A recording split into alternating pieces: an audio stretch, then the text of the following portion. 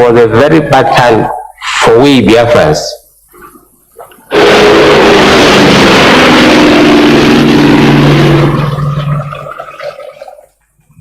One night when I was going in, we were on final approach. I think we had on board 66 drums of petrol. It was a super constellation, and 6 bombs exploded. We could see the flashes, and one of them was on the runway directly ahead of us. And the pilot touched down, but he kept the nose of the plane up in the air until we got over the top of the crater, which was right in the middle of the runway. We took a little bit of a shaking on the sides, but nothing of any import, and we got down safely, and we all breathed a sigh of relief that night. I decided we were going to shoot down the intruder, but not really do it, but make him think we were shooting at him. So I got some strobe lights, and I strapped them together with some masking tape. A strobe light, when you press the button, it emits a very sharp light. And I made a cardboard tube and put around it. And if I pressed these 5 buttons in the right sequence, from the other end, it looked like somebody was shooting. And finally one night, we saw him. So we snuck up as close as we could, and I fired my gun, and suddenly the intruder just winged over and peeled off. You know, I wanted to tell all the pilots, but I couldn't, because it would get out there.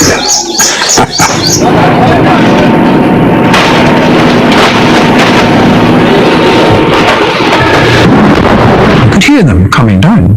You could hear them whistling down through and you just got down on the ground and let them bang, and then you got up again.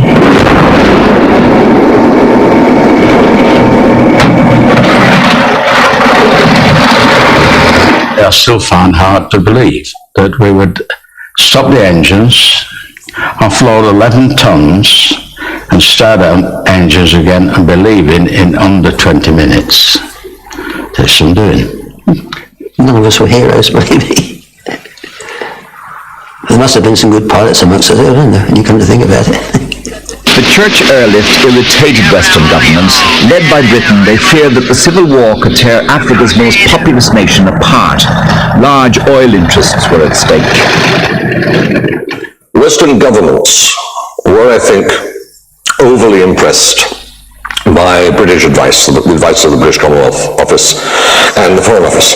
The role of Britain was, in my view, deeply and permanently shameful. The Biafrans, if you want, were as much Commonwealth citizens as the Nigerians. This was a civil war. Britain's role, if she had had one, should have been an honest broker to try and end the war. In fact, every conceivable inhibition and prohibition, every lie, every act of cheating, every bit of propaganda that they could bring to bear to discourage or deceive, to con or gull people into not donating or not participating in joint church aid, they did bring to bear. The planes of the Irish priest and the Danish pastor openly violated Nigerian airspace. The airlift, the whole relief program was illegal internationally.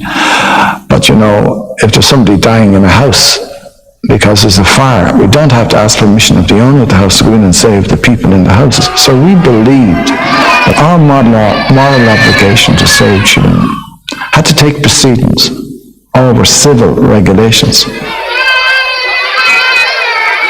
In Christian theology, you realize that evil and good are two factors of life. But sometimes you have what is called a genuine conscience conflict. And that's when you have a choice not between what is right or wrong, but only between what is not right and what is definitely wrong. As a religious man, there was one thing that mattered, and that was to try and help your neighbor in need. And I was actually 4th on the wanted list in Nigeria. And I used to joke my fellow missionaries and saying, you guys are needed, but I'm wanted, so I'm more important. For the pilots, what began as a professional job soon became emotional.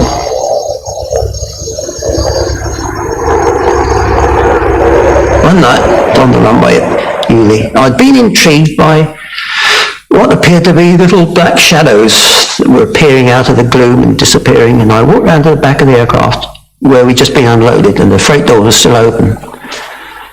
And I saw these little black shadows, and I looked carefully, I could see they were children. I couldn't believe it. They were on their hands and knees, and they were scratching in the dirt and picking up individual grains of rice, which they were putting in their mouths. And I thought, well, this is terrible. Terrible. And the dreadful thing to come face to face with the start with Biafra. The food we got from the airport is rice, corn meal, sometimes corn beef, tinned meat. We get it, or we got it from the ones that fed on the ground. 10 people can use only a cup of rice because it is very little we get from the airport. So 10 people can manage a cup of rice.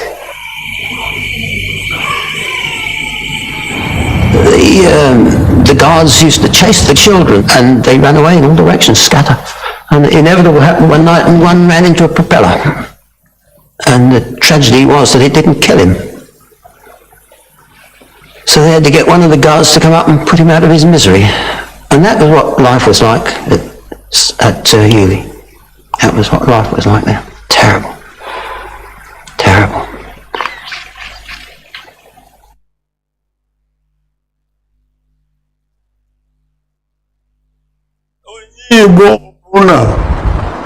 Onye Igbo ọbụla si n'ife ọchọ bụ ichi Nigeria na 2023 abụrụ onye Igbo. I'm telling you, abụrụ onye Igbo. Because ọma na emenye onye isi Nigeria ọ ife agwara ya ka ọ ga-eme first. O mere ya achụ anya impeach enyi ọpụba with 1 month. Ọ ma na o nwere ike inyere ndị Igbo aka na-abụ usoro constitution. Ọ tụrụ anyị anya achụ anya. Onye ọbụla ma na o nwere ife a ga-ejete na Nigeria ma esogbu usoro constitution.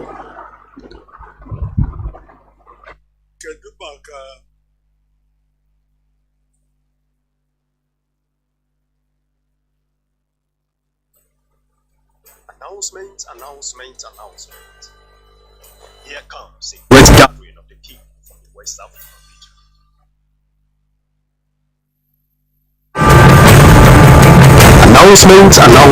Announcement. Here comes a great gathering of the people from the West African region.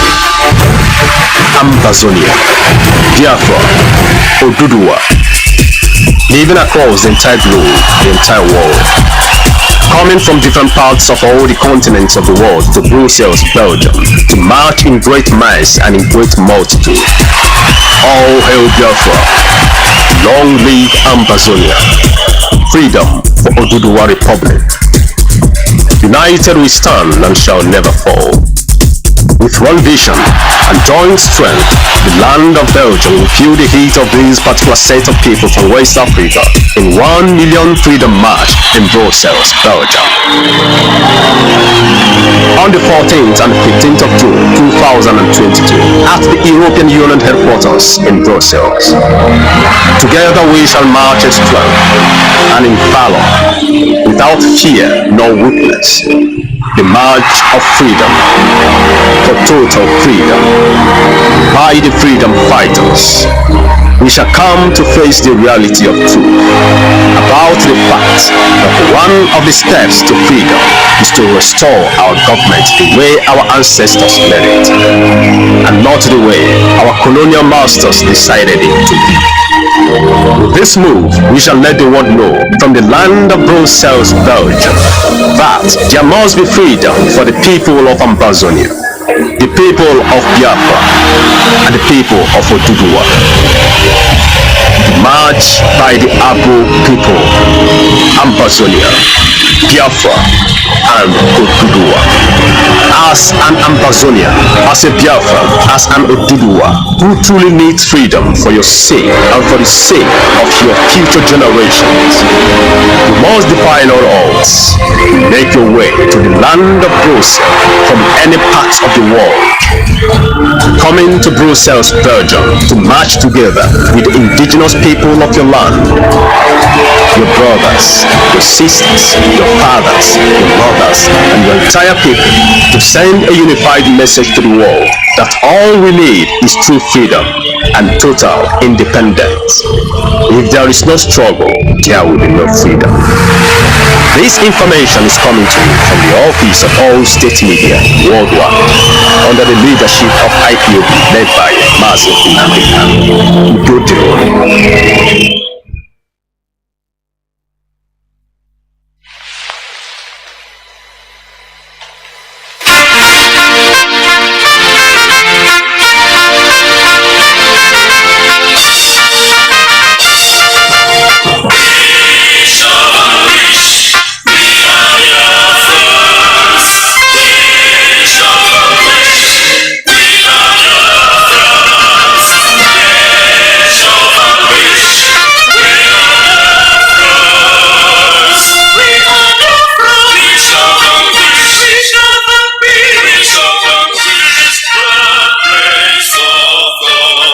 Great Biafrans, wonderful people and beautiful people, lend me your ears.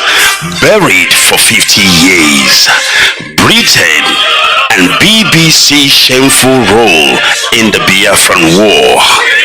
1 million children starved to death, women raped, mothers, pregnant women cut up, and the babies taken out and slaughtered right before BBC camera lens, the British corporation BBC. And today BBC is trying to rewrite history. BBC is trying to make the victim the villain. And therefore, we Biafran, under the leadership of our Supreme Commander, Mazi Kanu, we are taking the war to the British corporation doorstep. Biafra worldwide phone call and Twitter campaign against British Broadcasting Corporation, BBC.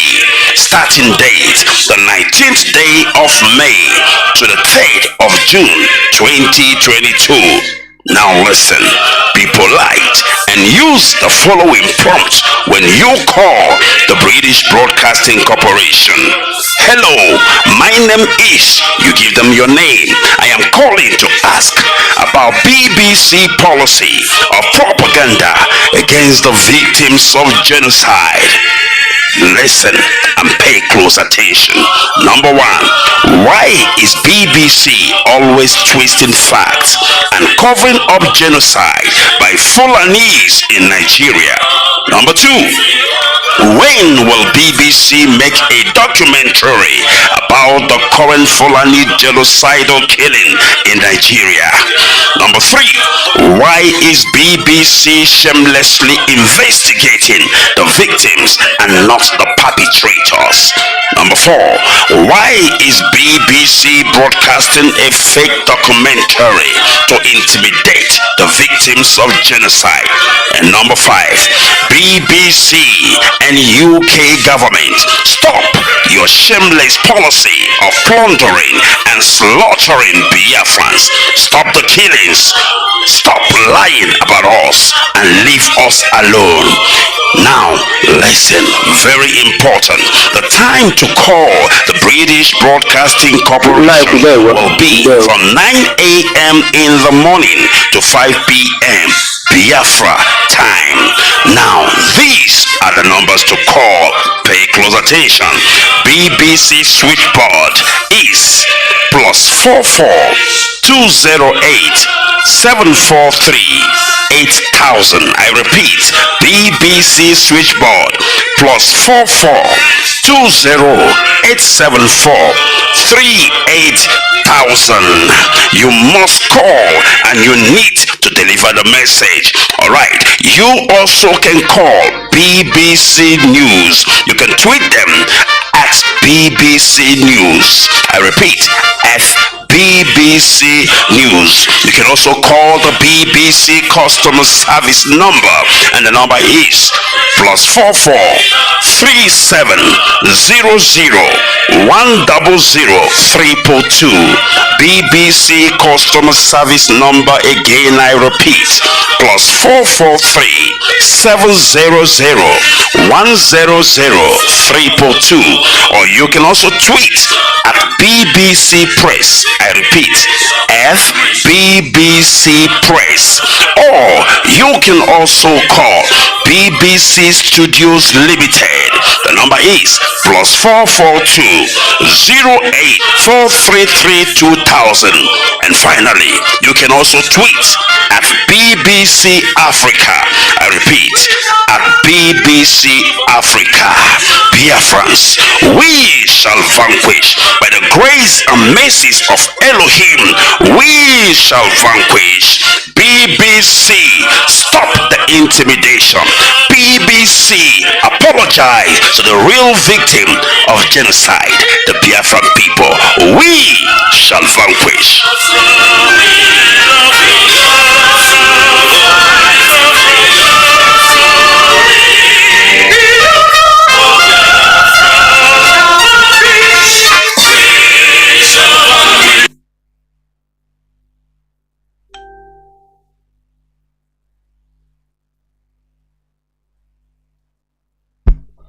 Good morning, good afternoon, good evening, and good night, great Biafrans and lovers of freedom. This is Radio Biafra Hausa-Service coming to you via the auspices of Radio Biafra London. My name remains Mazi Iyke from Olu province of Biafra land. I welcome each and every one of you to welcome your friends and well-wishers onto this edition of Radio Biafra Hausa-Service coming to you through Radio Biafra London. Our leader is Mazi Nnamdi Kanu. Just please 1 second.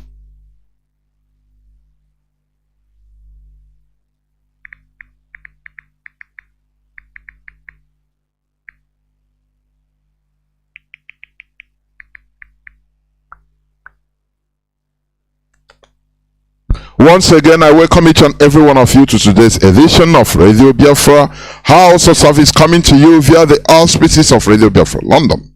My name remains Mazi Iyke from Olu province of Biafra land. Today is the 31st day of May in the year of our Lord 2022. The day after our remembrance, Heroes and Heroines Remembrance Day.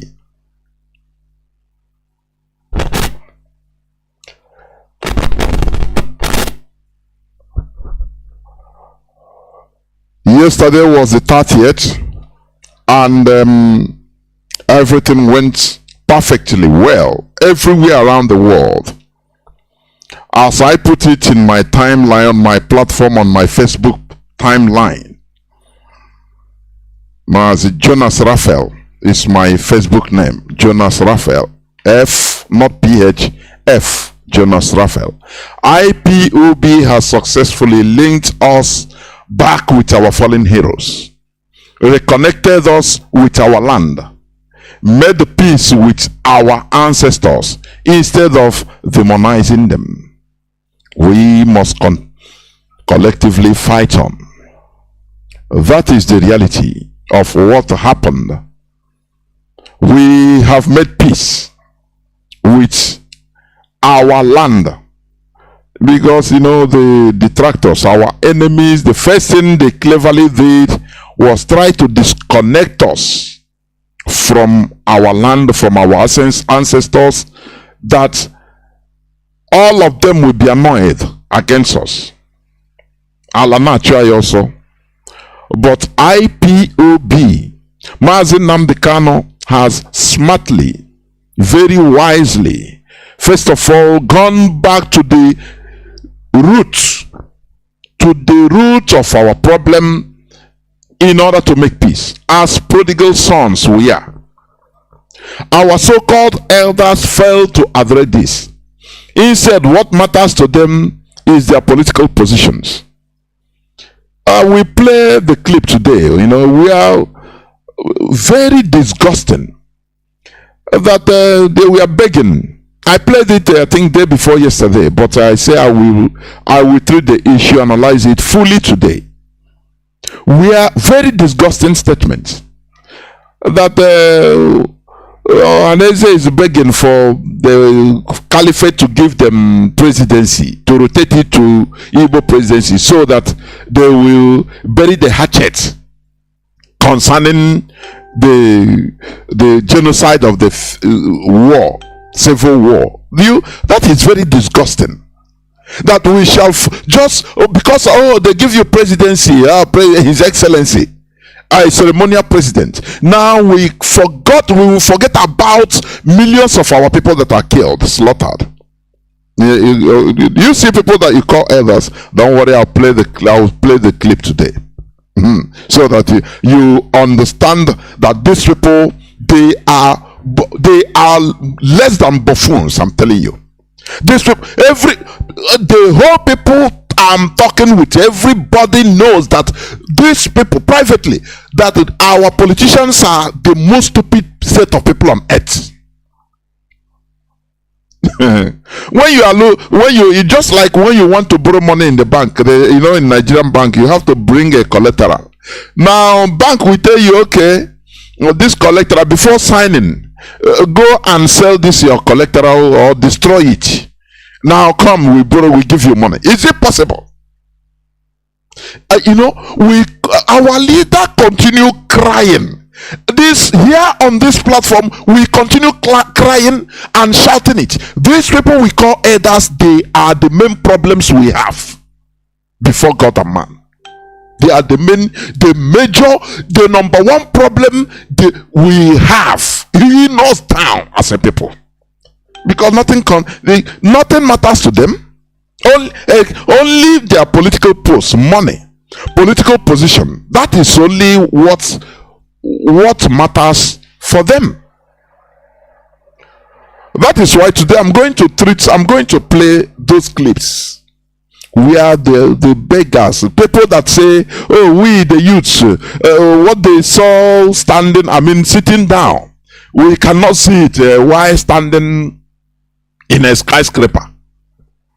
Do you see how stupid these people are? They must say, we cannot, let us give them opportunity to repent, to do something good. They continue exhibiting a type of idiocy, the type of foolishness that is out of this world. I'm telling you. Therefore, we cannot continue playing to their gallery. It doesn't matter. Revolutions you see,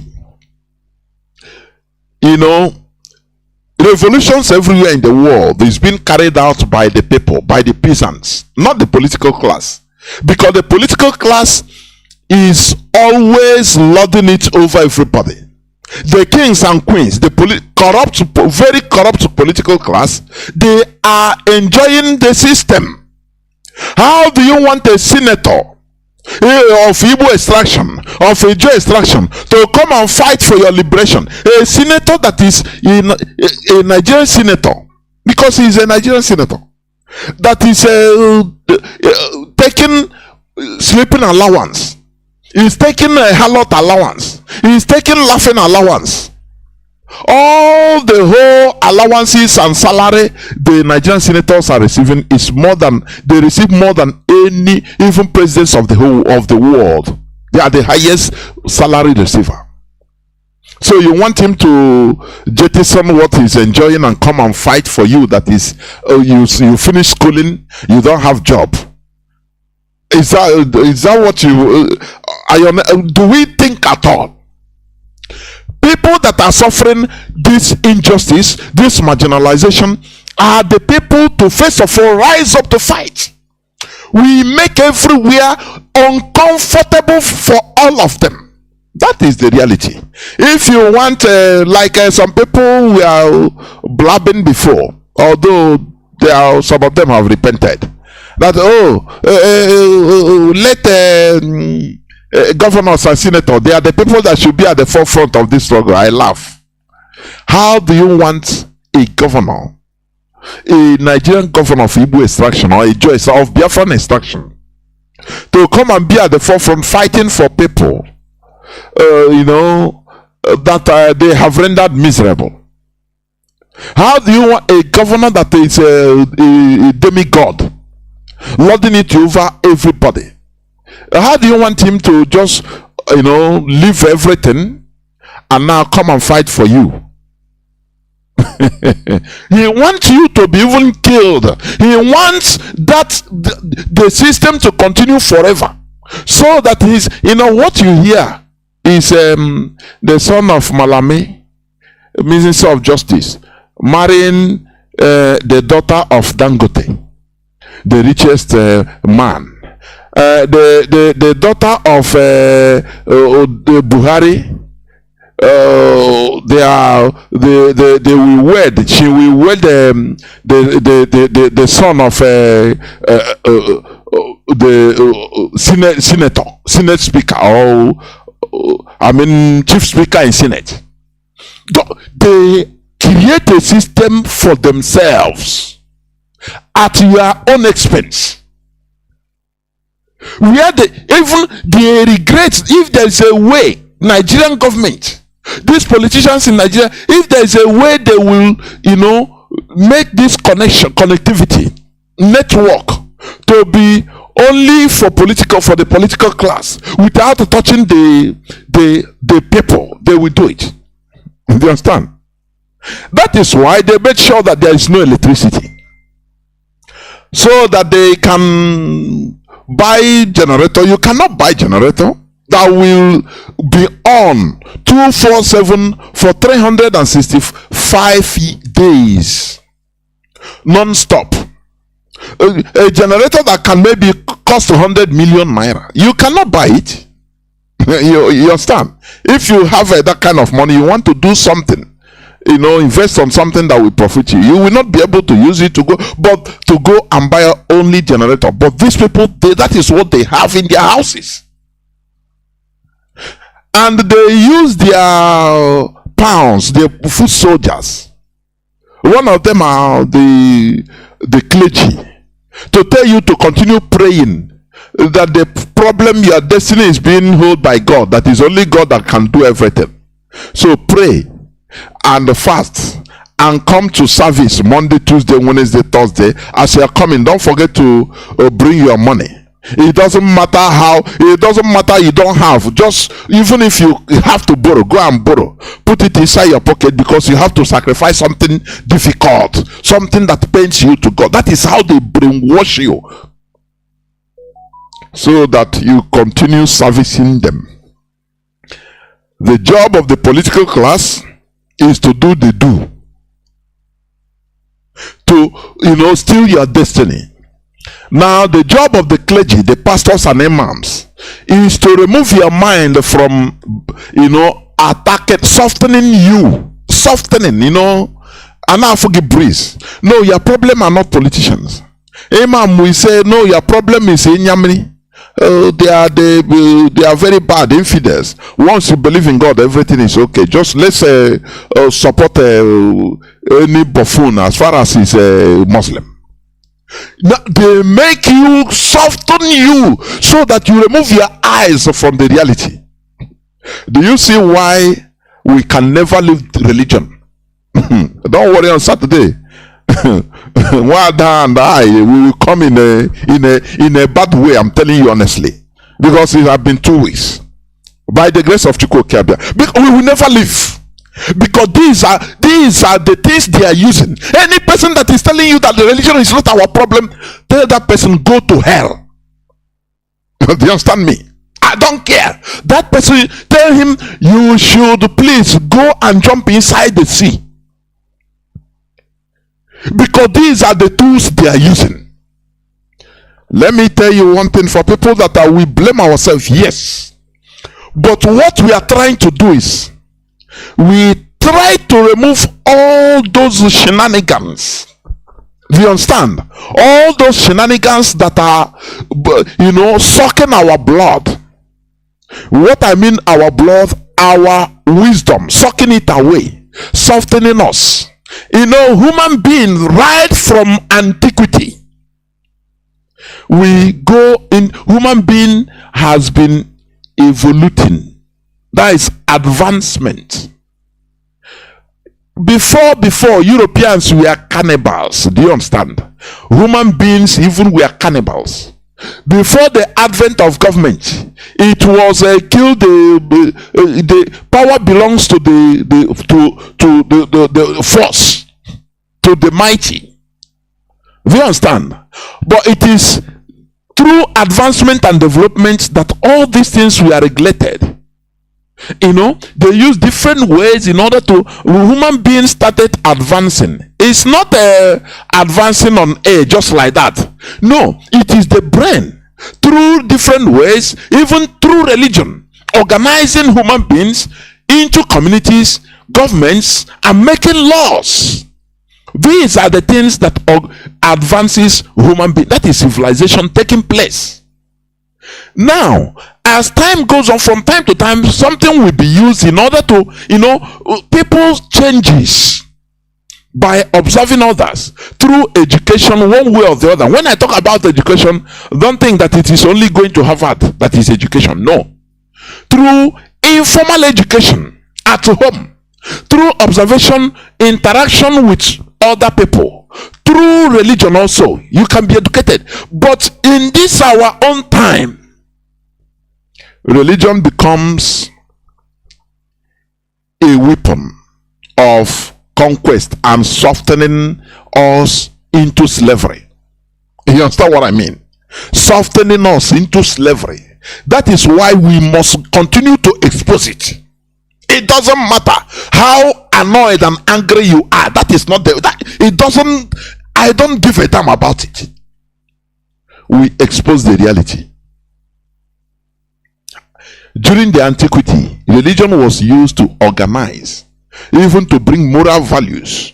But today, they cleverly, right from the era of slavery, they cleverly use this imposed religion in order to continue softening slaves. Obey your master. They make sure that all those chapters, they write it, they print it boldly and give to slaves to lend there.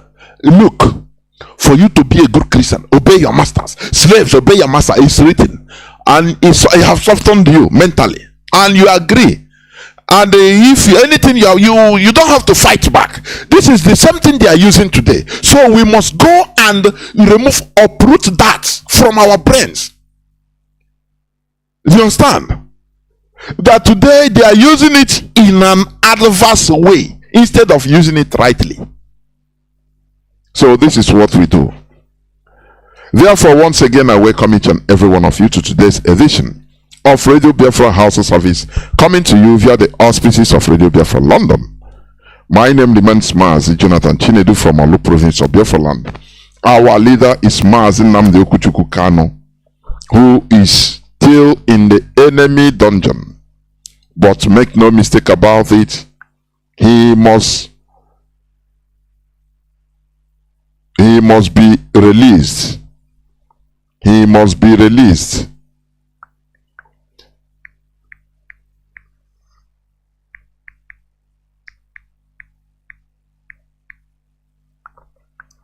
He must be released. It doesn't matter how. It doesn't matter what people think. Our leader is going through a process. And this is freedom fighting. Freedom that if we have it, we cherish it forever. It will never be taken away from us any longer. Therefore, Before I continue, please, I would like us to pray. Let us pray. And our leader will lead us in a pre-recorded prayer, as usual. Let us pray. As long as we come on air every evening, the whole world must listen. As long as we preach this very gospel, Chukwukika Abiyama must be with us. Therefore, without any further hesitation, we must proceed to offer every prayer to Chukwukika Abiyama who resided in heaven. Therefore, as we always commence, not from today, but from of old, our Father who art in heaven, Nna nke bi n'eluigwe, ka aha gị dị nsọ, that your name may be hallowed by men, that we may bow at the mention of it, that we may offer every glory unto thee, that we may offer you every adoration and adulation, because there is none like thee. You fight our battles for us. Every blessed day you demonstrate through your kindness and your everlasting mercy that you are our Lord, our God, and our Creator. This evening we offer these your children unto thee all over this very planet that you created. They are listening across the entire 24 time zones on this very planet where they inhabit. They are listening to your gospel this very evening, this gospel of redemption, a gospel of hope, a gospel of restoration, a gospel of renewal, this very gospel of freedom, this very gospel of emancipation as only you ordained. That this very gospel must be preached, that mankind may be set free from the eternal damnation of the creation of the British. My goodness me, I want to remain in the spirit, because we must worship heaven. We answer your name, O Lord of hosts. Everything about us is designed to offer glory unto thee. We have atoned for our sins last year. This very year we have not only atoned for our sins, we have spilled, we have shed blood, they have shed our blood. We have let our sacrifice be made unto thee.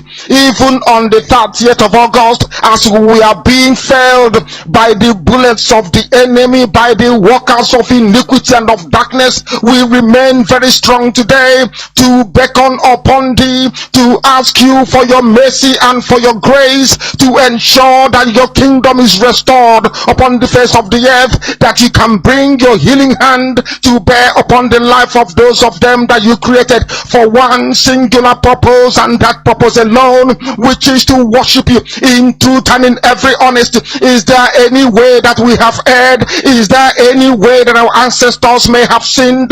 We confess before a congregation of the whole of humanity to ask you, O Lord of hosts, to have mercy upon us. You must have mercy upon us. We have suffered enough. We have been subjugated enough. We have been tortured enough. We have been imprisoned enough. We did not do these people anything.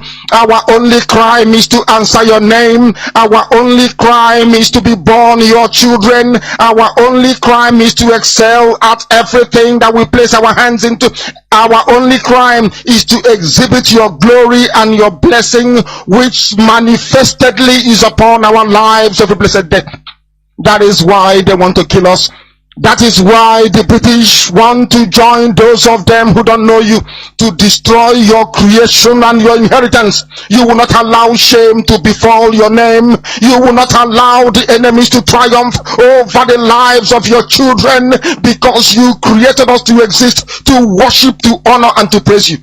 That is exactly what we are going to do when this Biafra comes. It will come in truth and in every honesty, because we remain every blessed day Chukwu Abiyama believe whiter than white and whiter than snow. Is there any way that we have sinned that you cannot forgive us? Our trespasses, to enable us to fulfill your own word which was spoken thousands of years ago, that instead of what you promised not to come to pass, that heaven and earth will cease to exist. You opened your mouth to bless mankind to the coming of Yahweh Yeshua, who came here and said, let your kingdom come on earth as it is in heaven. Those words can never be in vain, because they are anchored upon your holiness and your magnificence. That is why in the end we know that Biafra will come, that these children that we have given birth to all over the world, and their children, and their children, and their children, as long as they give birth to them and they are Biafrans, they will worship you in truth and honesty. Through this very work we are doing, mankind will come to understand you. Let your miracle be wrought in our lives. Let us witness and behold your magnificence, your holiness, your mystery, and your grace under our command. O Lord of hosts, we call upon you. We call upon you to heal. We call upon you to provide succor to those of them who are inconsolable. We ask you to come and strengthen those who are weak.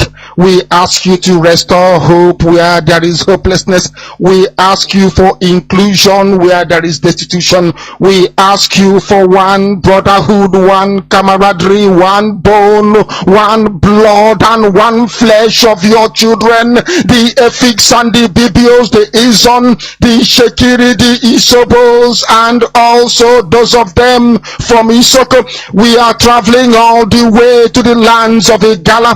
We are moving on from there to Idoma, to Igede, to the territories of the Igbo land. All these places we dedicate unto thee. All these lands of yours, we ask you to cover it with your mercy, because Biafra will come, and when it does, we will dance on the streets. I'm telling you, by the time that we are done, humanity will think that we are mad, we are drunk in your glory, and rightfully so, because your kingdom will come to rest upon this very earth. That very kingdom is the unadulterated, non-negotiable sovereignty of the Republic of Biafra, that your will may be fulfilled in our time.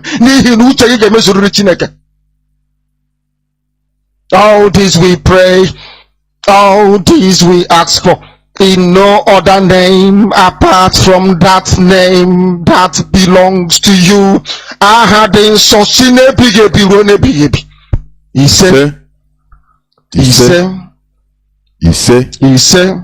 Ohamadike, welcome once again onto this hallowed platform of Radio Biafra Hausa-Service, coming to you through Radio Biafra London.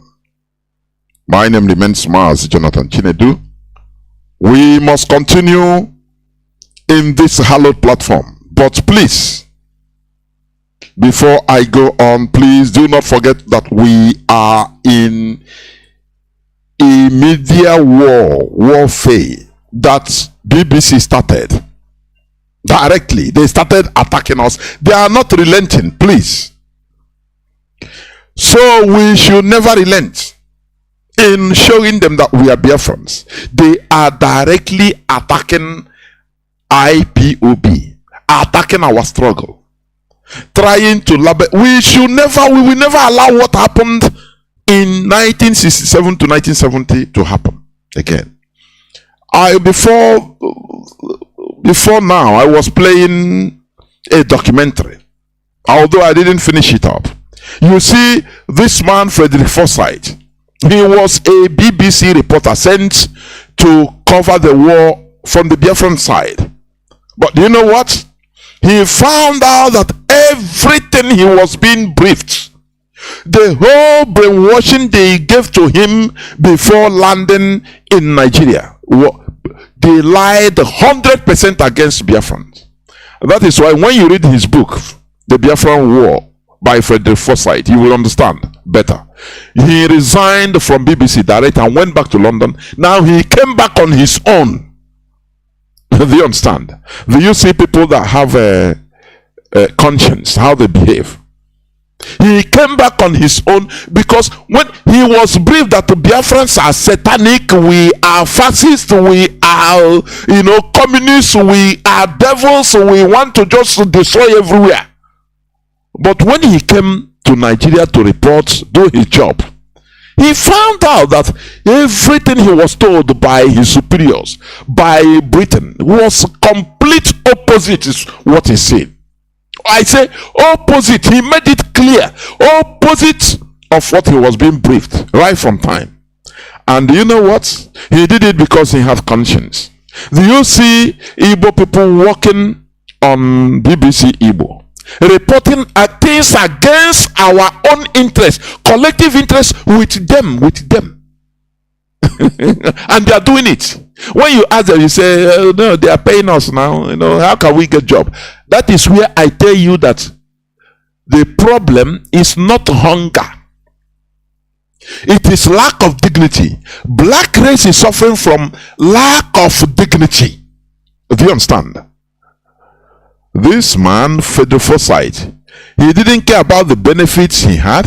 He didn't care about anything. He resigned and went back to London, so that it will not be that he's a rebel and turn without going back to London. He went back to London. Now he resigned for the reason that they lied to him, that they want to make him to report lies that is against his own personal ethics, lies that are too open to, how can somebody be reporting lies like that? But this is what our so-called Igbos that are working in BBC, in the name of their being paid, this is what they do. They report what is against our own people. They receive instruction orders from Britain. This is how you are going to be reporting about Biafra. Anything that is damaging to Biafra struggle, report it. Put it in that way. Just from maybe when you report 101, you report also something that is anyway, all the eyes have seen it. Now you report it, even if it favors Biafra a bit, so that it looks balanced. But do not report anything that will damage Nigeria image, because they are maintaining their farmland, their company. Nigeria is their company. They are using black people, Igbo people, in the name of they are earning salary. Do you understand? I don't know whether the same thing that happened before is still happening. When black people work against the interests of their own people, and we shout only politicians. No, it's everywhere. Therefore, before I continue, let me read this memo from the Directorate of State, a congratulatory memo from the leadership of this struggle concerning what happened yesterday. Everywhere, the internet was awash. Every nook and cranny, Biafrans showed that we are Biafrans, and we continue doing that. Do not forget to call BBC. Do not forget to call them. People in diaspora, mostly calling, not tweeting only, calling so that they hear your voice, or you send the message, you put voicemail in their answering machine, and they listen it. Do you understand? I've called many times. So we should be calling. We excuse those in Biafra land. If there anyone that cannot use maybe any number that he can, no problem. But those outside the zoo, you have no excuse. This is what you have to contribute. We continue this media warfare against BBC. We inundate them. We flood them. Do you understand? So that they understand that what they are doing the work of Lucifer, demon, which they created. Let me read this memo.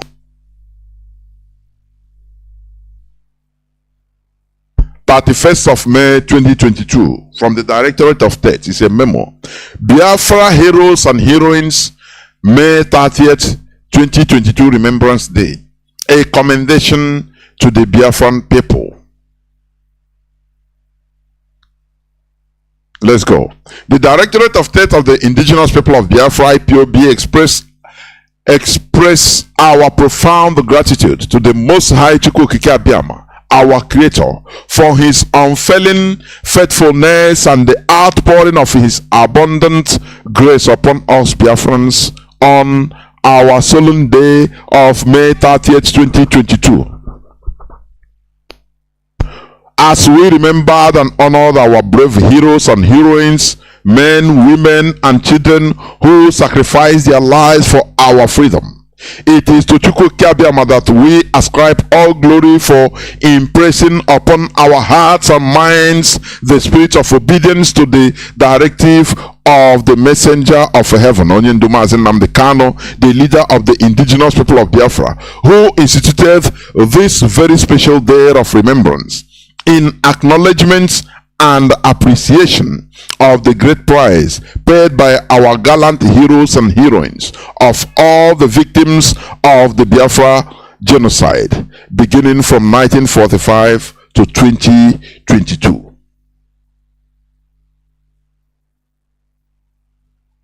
The Directorate commend the Biafran people, both in Biafra land and in the diaspora, for our exemplary courage and oneness of purpose, which we as usual exhibited beginning from the 28th of May and climaxing on May 30th, 2022 in honor of our gallant heroes and heroines. We extol the trust, faith and confidence and loyalty which Biafrans unequivocally repose in the leader of the indigenous people of Biafra, Mazi Nnamdi Kanu. The Directorate acknowledges and appreciates the sacrifices Biafrans of all walks of life made for the unassailable success of the May 30th, 2022 Remembrance Day.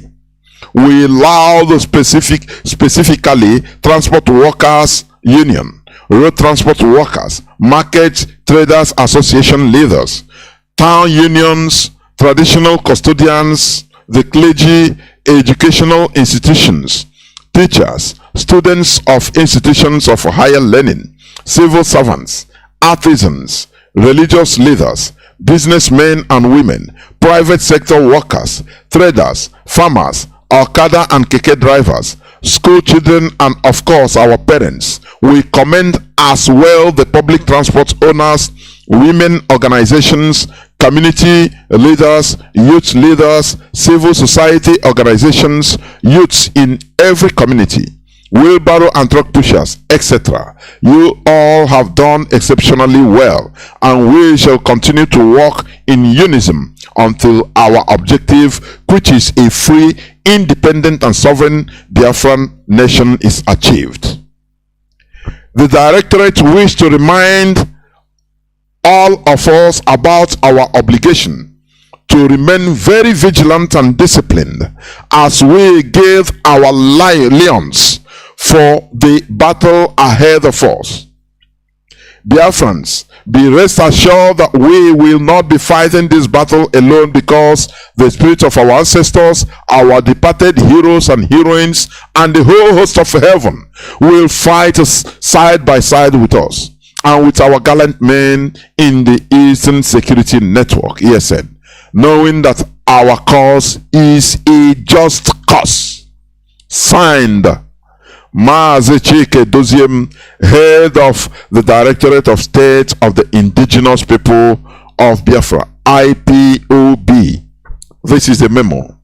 Therefore, the leadership commends all and sundry for the successfulness of the 30th May, which was yesterday. We must continue. As I said before, IPOB has successfully linked us back with our fallen heroes, reconnected us with our land, made peace with our ancestors instead of demonizing them. We must collectively fight on. Today, as I said, I will elaborate more on the issue going on the stupidity of our people, mostly the political elites. That is why I caption it today, the ugly consequences of selfishness and betrayal. The ugly consequences of selfishness and betrayal. That is the way I caption it.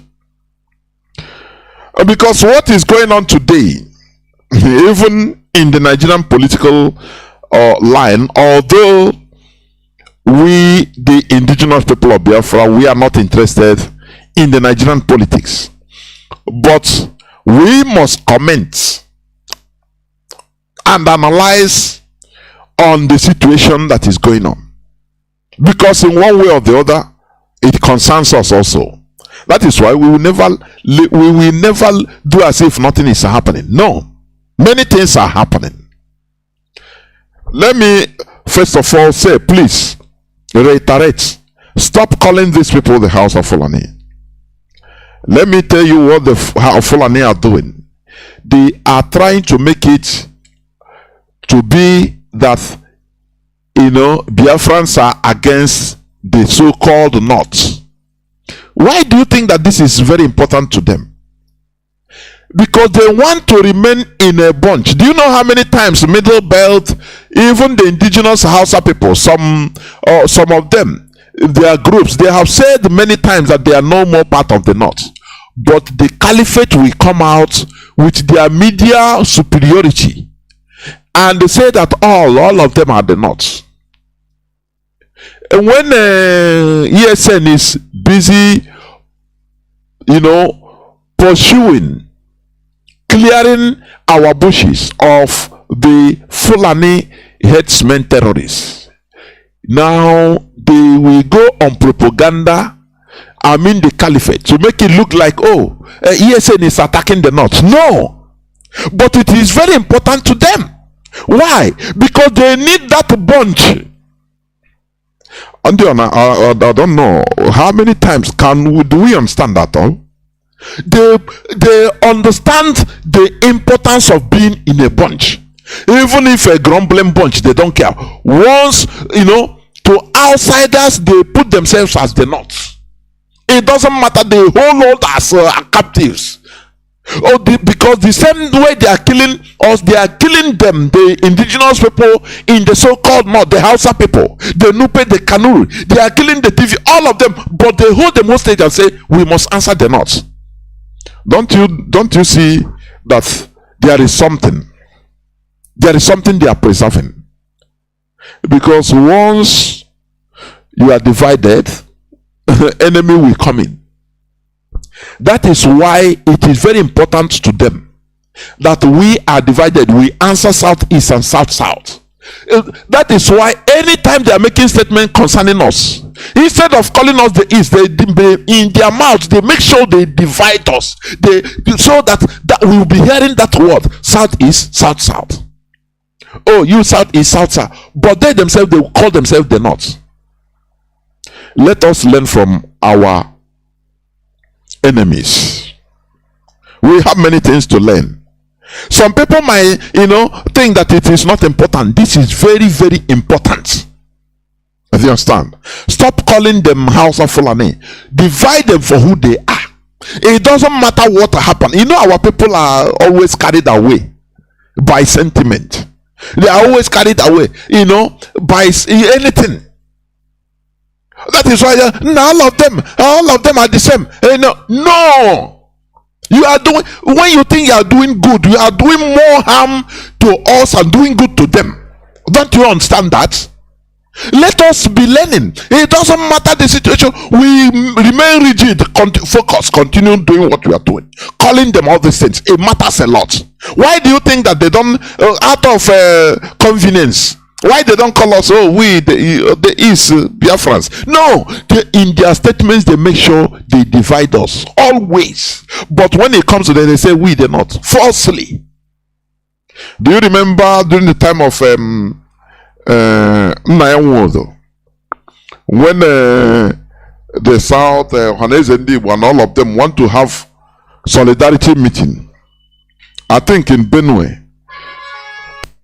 with middle belt. They physically blocked them from flying. Do you understand? They blocked them at the airport. They grounded the aircraft they want to fly with. They grounded it. They closed the airport. The way people reason at all, because here lies for them, this is the root. Very important. They don't want us to be in unity, but you take it as if it's nothing. Now they safe. Now somebody will call and say, ana wakwambo mandia ndi south to south ha ga ekwe na Biafra, let us go. I start looking, say na ayo mokwadinke we here bikokwen. Our leader was one time, he was crying. He said, "We can't go na me kuketanam olukom." Whether these people are your you know, whether do we have common sense at all? Because you entered into a bus and you are arguing. Also, one ignoramus full of blood will tell you, no, we don't want Biafra, you need our oil. Now you come and call it, hey, no, they don't want let us leave them.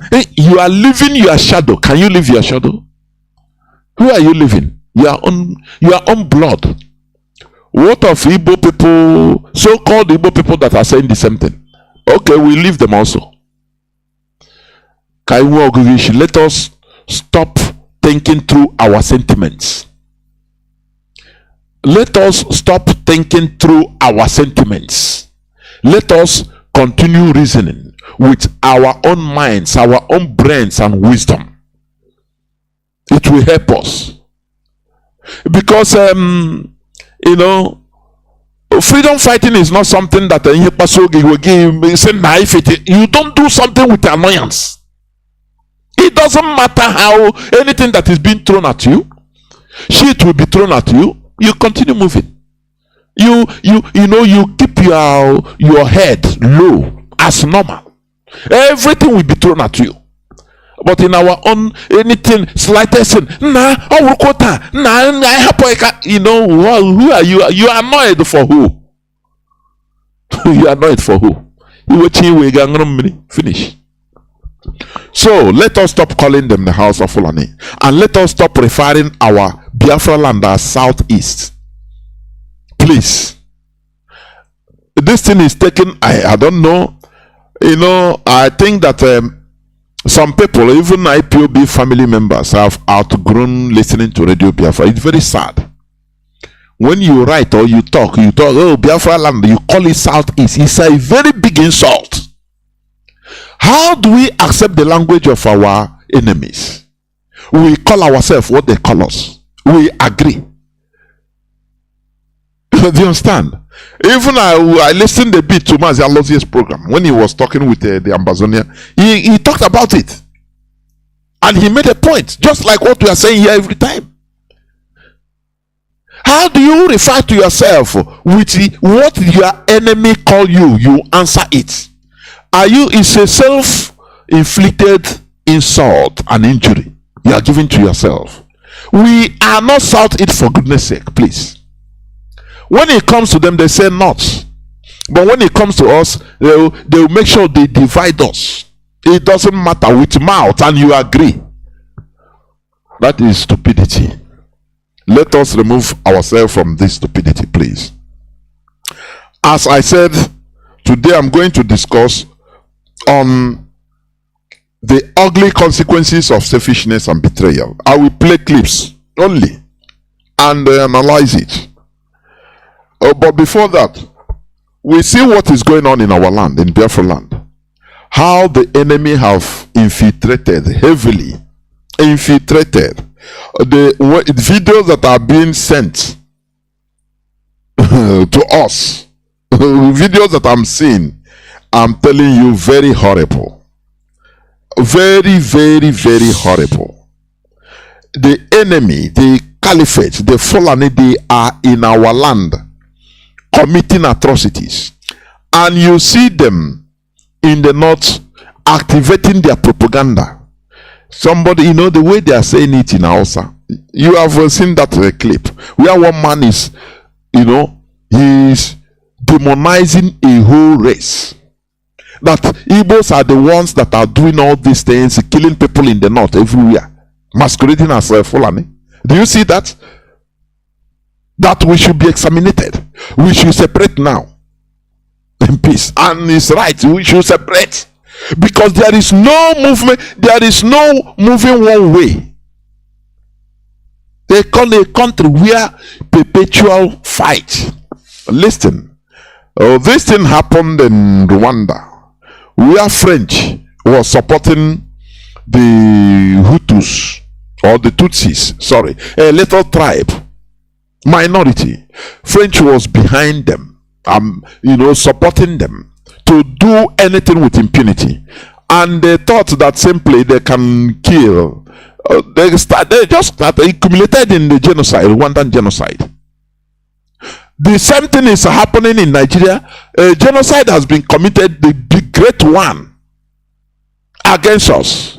Britain is still supporting these people with impunity. Anything they do, they will not go and investigate them and say, oh, do documentary on them that they are inciting hate speech on social media. No, they don't do it.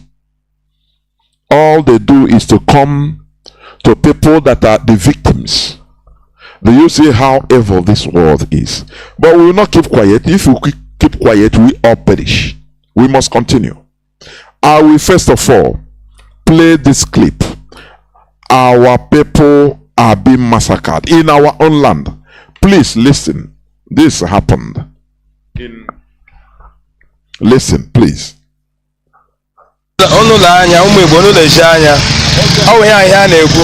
Ihe ahụ ndị ebube agụ bupụtara ụmụ okorobịa atọ ebe a n'abalị gbaa ha ọkụ ihe mere n'ime abalị ebe ime abalị ka ihe a na-eme so onye ọbụla anụwụ nwa afọ Igbo lezie anya ihe na-eme na ọdụmmara na road ọdụmmara gawara ọlụ ọwa ebe a ka ihe a na-eme so onye ọbụla na-aga ije aba ya lezie anya ebe ọbụla ị na-aga wụrụ nwa afọ Igbo lezie anya ndị ire abatala mmadụ atọwụ ihe dọrọ ihe ebe a egbuola ha gbaa ha ọkụ n'ime abalị ka ihe a mere ebe 11-12 abalị ka ihe a ji mere. Do you see it? 3 people, 3 boys, they bond. For you to know, this Bubago, these are code name as Mazi Iyke exposed. These are the Fulani. Do you see? Our people, we are, our politics, is he not informed by Dave Omahi? It's a way he brought in the terrorist killers. Now, if they corner you in our own land, I saw the video. The video is there. You are listening to it. You are not seeing the video. Maybe you might have seen it. It's not if you post it on social media, on Facebook, they will block you. 3 people, able-bodied Igbo Biafrans, being burnt alive on the roadside. And they run away. For you to understand what is happening. In other place in Mbieri, people came to kidnap the DSS. Whenever they come, let me see whether I can get it. Because I want to play all these tapes, please. Permit me to do that. I will do that, please. Let me see. I will do that. Because this is ugly situation. And do you know, all these people most of all these people that are dying, they are dying out of stupidity, lack of information. They don't listen to Radio Biafra. Because if they do, if they are family members, I'm telling you, they will not die stupid deaths. Do you understand?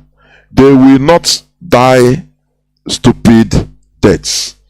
I don't know where I kept this clip of Mbieri, where they are talking against, the police. Youths came out because kidnappers came. We are on rampage for more than 2 hours, and the youths, they don't have gun. Do you understand? They don't have guns. So what they did, they wrote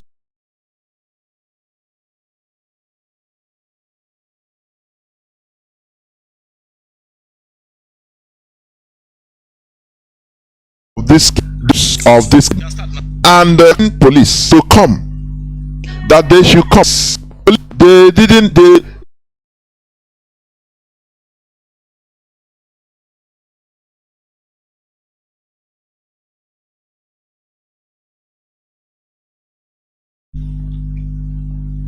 and repair their cars, remove the blockades, abandon one of their cars. Police didn't show up.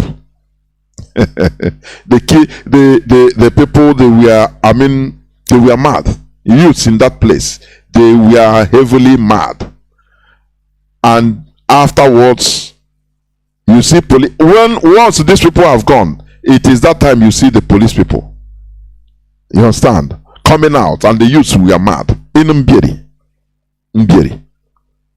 So this is what is going on. And the worst part of it is that our political class they don't give a damn, as long as they focus on their political positions. But we are not going to keep quiet. We must continue doing something. Listen to this. Is a kidnapped victim, from kidnapped victim that was lucky to run away and be alive with all his wounds. Listen.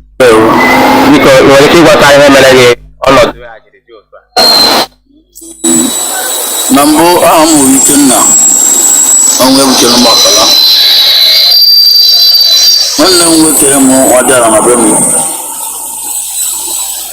yana nwanyị n'Ebonyi steeti ọhụkwu Ebonyi steeti. So ka a zụta nwaanyị ahụ anyị na-alọta anyị ejego ọkụ igwe nne ka anyị ga-atụ ọkụ igwe obere ndị eji na-etutu ụzọ bịara agba bred ete na ndị polisi ihe ahụ zikwara ewu ndị si maya makpasa ha bụcha gaza AK-47 na-ewere egbe washa glas doto draiva nwa ya mma kpọta ebe nna ruo m mma n'aka nke na-aga ogene ha egbuo m ọzọ ti m mma n'olu ma abazie ya n'olu nna ya lụwazie ma alụhapụ ya gba ọsọ ya gba ma bụ meze mgbakpuri mma ya. So dama brọda ha na-egbu mma nne na ha alụwakwa rela fún àpapọ̀ mọ́ ẹ̀. Kẹ́ndẹ́lẹ̀ mi yọ̀ ndí police. Ndé fúnàlẹ́ ẹ̀sùnmá. So ha mẹ́ta ń gbé ma brọ́dá ń lọ wọn ẹ̀ na nwunye ya ha lụrụ ọhụrụ. Buru ha baa n'ime ọhịa. Moto mbukwa ya n'ụga. Ha kụrịsị glaasị ya. Ndị polisi bịara buru moto ahụ dị n'ezie ya n'ọkụ igwe ebe ahụ. Betara na ebe ihe a na-eme na abalị Satọde. So eruji ụnyaahụ Sọnde ha kpọzie ya na poli. So na ọ na-ele ka ndụ ndị ahụ na-ege ụtara 1,100,000. Ebezi ahụ gị na-eme Ransom na Aisha ha tụrụ na nama na nwezi ihe ọzọ ha na-emere akwụkwọ kidnapping nke ha na-emezi ma ọ bụ na anyị ga-ewetega na ha ga-egbu ndị a. Do you hear this? Our brother, he was lucky to escape, but his brother with the newly wedded wife, they were not lucky. They were stopped. In Nigeria, you don't know police, military, Fulani headsmen, they are all the same. They carry guns, the same thing. So they thought that it is police, and they stopped coming from wedding. And because they saw people carrying rifles, AK-47, like police people, and they stopped, only to be attacked by them. Others rush out from the bush, and they wounded him. I'm seeing the video. His face, everything, his hand. They stabbed him. Before he understands what is happening, they stabbed him in the hand. And he has to fight his way, otherwise they would have killed him. He fought and put, the Fulani, face to face, they don't have no single power. And him and one other of his brother ran away into the bush, and they shoot them. He dodged the bullets. God saved him. Only the stabbing that he had. And after they carried his brother and the wife into the bush and started calling them on phone. And they say, why are you doing this? They said, no, we are complete. That we are Fulani. That you said that we should not destroy your crops again with our Nama. Now we reverted into kidnapping and causing mayhem in your land. Do you see this? Can you ever hear, for example, let's say in Kanu, that an Igbo man attacked a Fulani and kidnapped him, and you hear the testimony like this? What will happen? The whole Igbo shops, Igbo people will be attacked immediately. But these people, they are doing all these things to us in our own land with impunity, because our politicians don't care. They don't care. What matters to them is their political position. No person, none of them will come and hype on it. None of them will come and talk about it and say it in the national television and ask questions. No, they are all afraid. Chickens, or chickens that are eating fat, eating crops to be fat, to be fed fat for slaughter. That is who they are. And they want us to be reduced into complete slaves with their characters. If this type of thing, if the reverse is the case, it's an Igbo man that maybe, kidnap, they say it's Onyamini kidnap somebody in Sokoto, kidnap an Hausa or a Fulani man in Sokoto, and start calling telephone, telling them that he's an Igbo man, that they should bring ransom. Just your guess is as good as mine. What will happen? Do you want to continue living like this? That is a big question. It's very, very absurd, honestly. It's very, like this our Ambazonian brother said, that we are not angry enough. It's true. Our level of anger is not yet okay. He never reached. We are not angry enough. That is why when politics come, you see people, oh, Peter Obi, and you continue, gyrating with them. Oh, I tap your blessings, so the politician do it. That's why in my once I see in the platform, in my platform on Facebook, if I hear you or see a comment or post something concerning, let's support Peter Obi, let's support, I block you direct. I don't even have top of mind, because I see you as a most stupid, primitive Neanderthal. That is the reality. Therefore, we must continue. These are what we are suffering, and this is the reason. These are the reasons why we must get out as of yesterday. I'm telling you, we must get out from that enclave, that demonic entity that Britain wants us to be. All that matters to them is one Nigeria, be there, so that we shall be exterminated. That is all the care, all that matters to them. And the leadership of this struggle has warned Iyke and the communities in Ebema that are trying to take money, bribe, to sell their birthrights for you to be in River State. IPOB will not take it light. So you'll be warned. Any person that visits you, your chief, or this and that, start telling you good things, make enter, then same one Nigeria, this and that. Stay where you are. Any money they bring, politely tell them that we are not interested. We are good as we are. Have dignity. Otherwise, you will pay the price from IPOB. IPOB will visit you. Let us continue. I will first of all play this clip.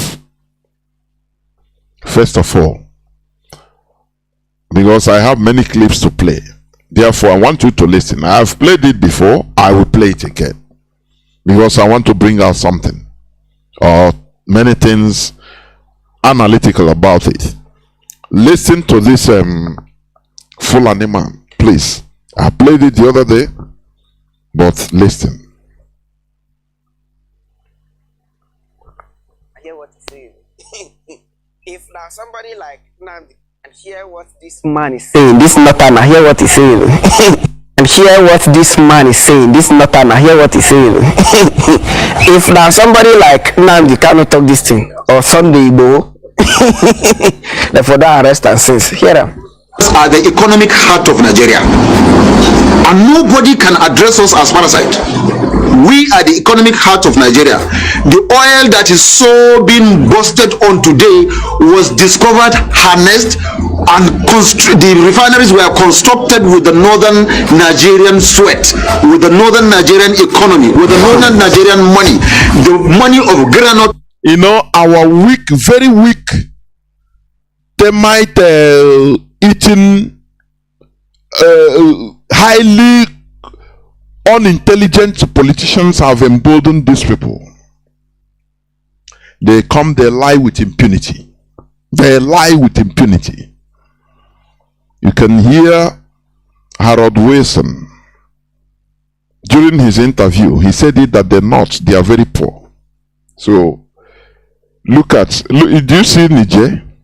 That is how they would have been, even worse. You know, it's Nigeria that is sustaining Niger. Many people don't know this. Do you understand? Because they are brothers, they are the same. They are the same. So when the North say they are the economic, heart of Nigeria, I wonder what they mean. All these are lies. Do you know why they have boldness to lie?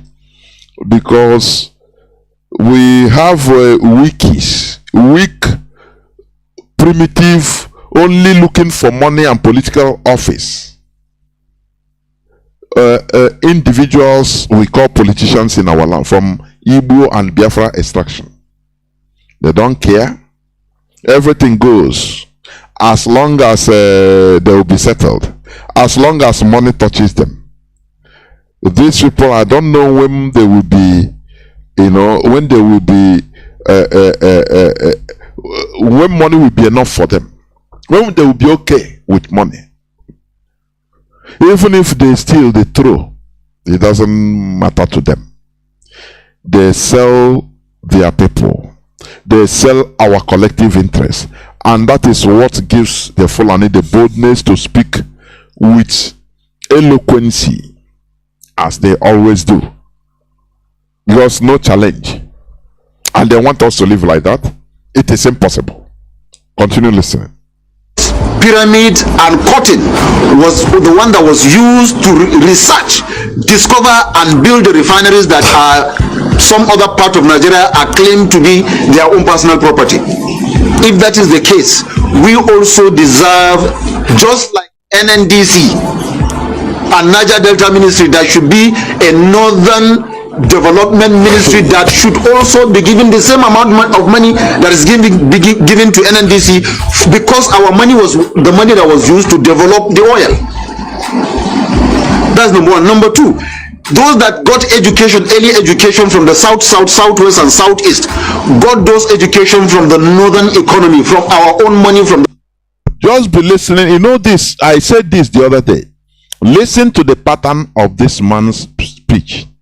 When they want to call us the way they want it, they will not say no, let me just for convenience sake, the way many of our people used to do. No, we are southeast now. No, he makes sure he calls south, southeast, and southwest, so that division, this side will not say no. We say no, I'm separate. This side we say I'm separate.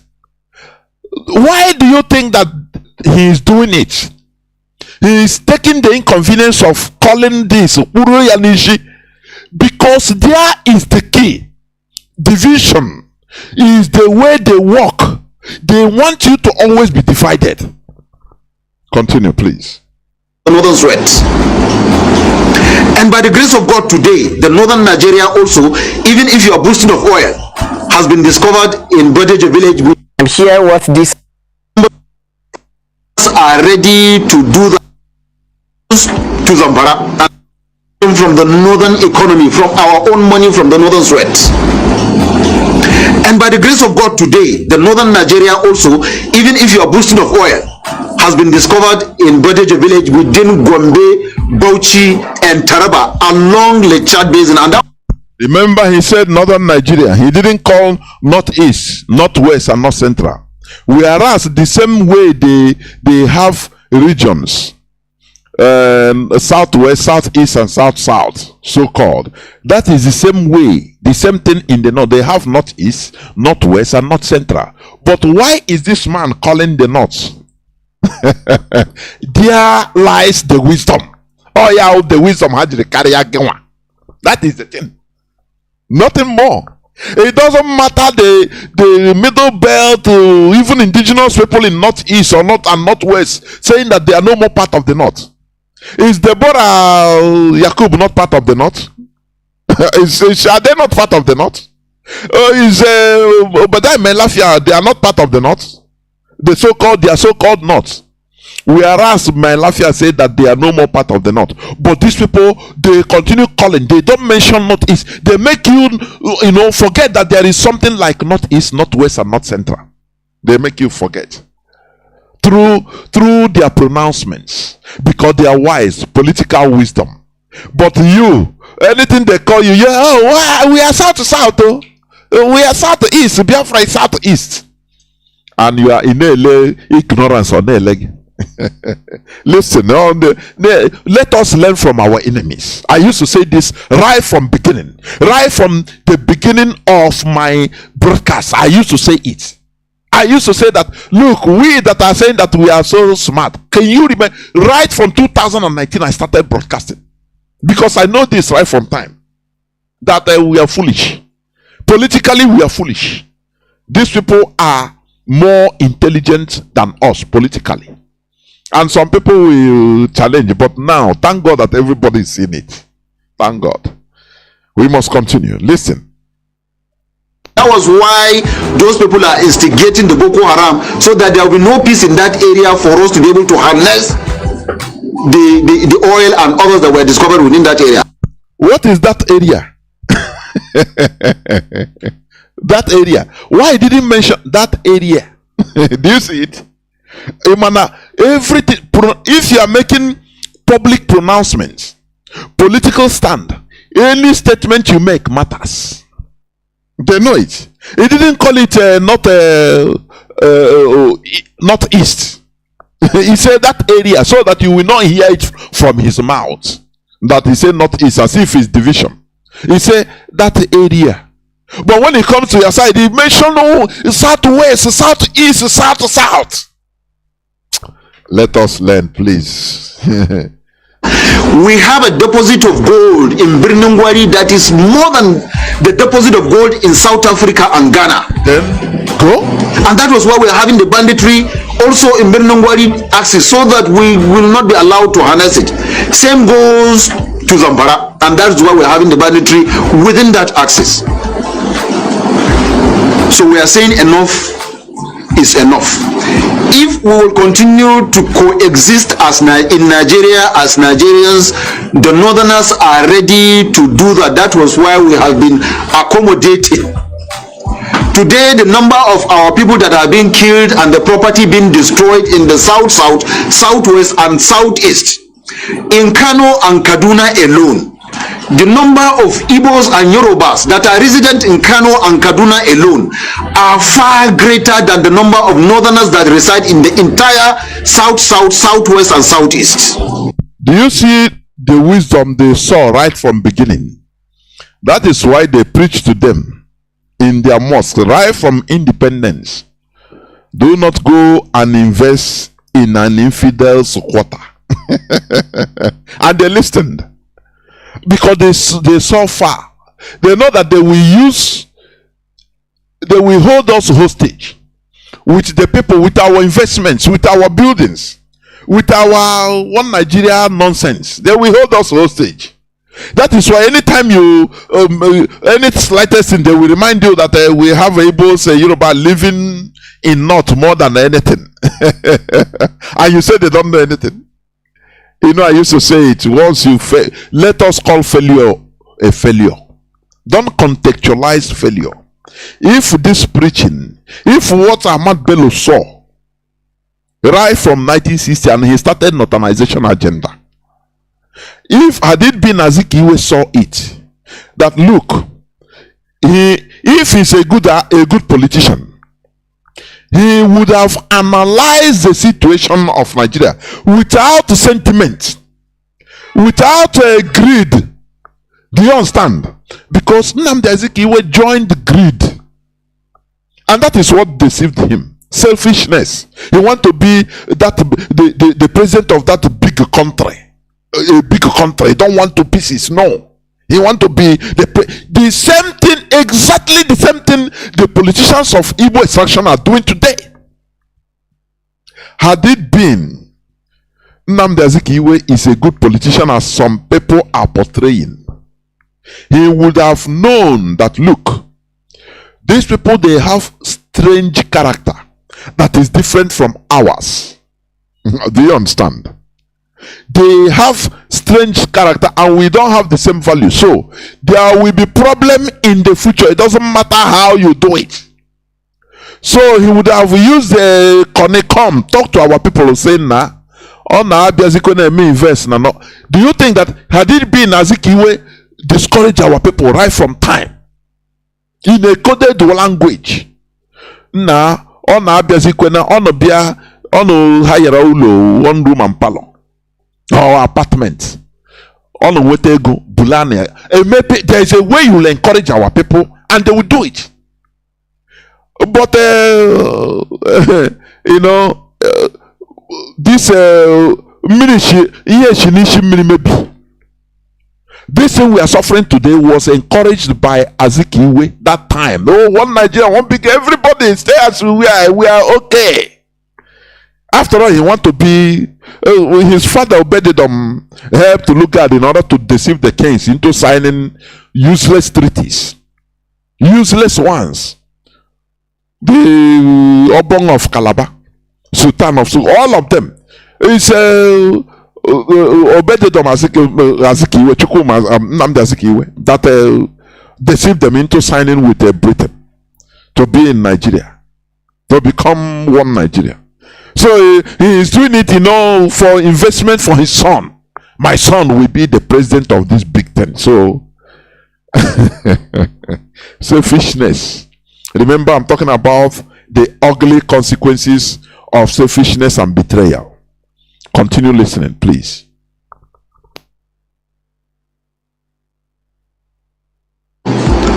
Also, the billions of investment of Yorubas and Igbos that is in Kaduna and Kanu alone is far greater than the investment of the entire northerners in the south, southwest, and southeast. If you remove Bua and Dangote, those are international businessmen. So, if you think you will continue to destroy the life and properties of our people resident in your area, what if we decide to retaliate what you are doing? Who is going to be the loser?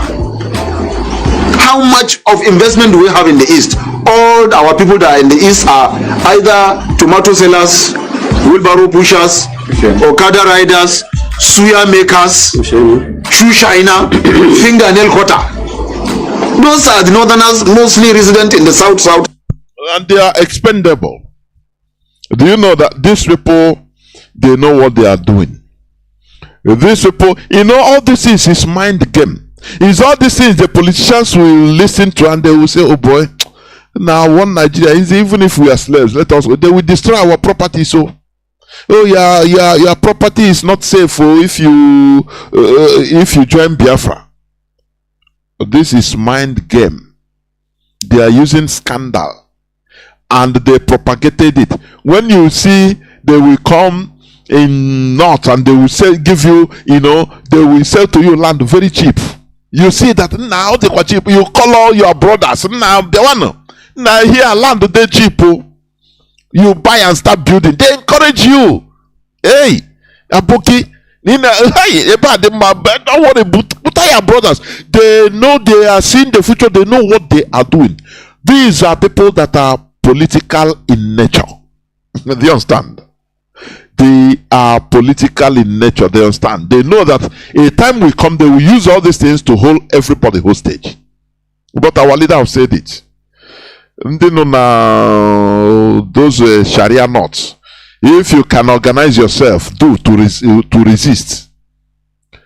If not, you are sacrificial lambs for us to be free. That is the truth.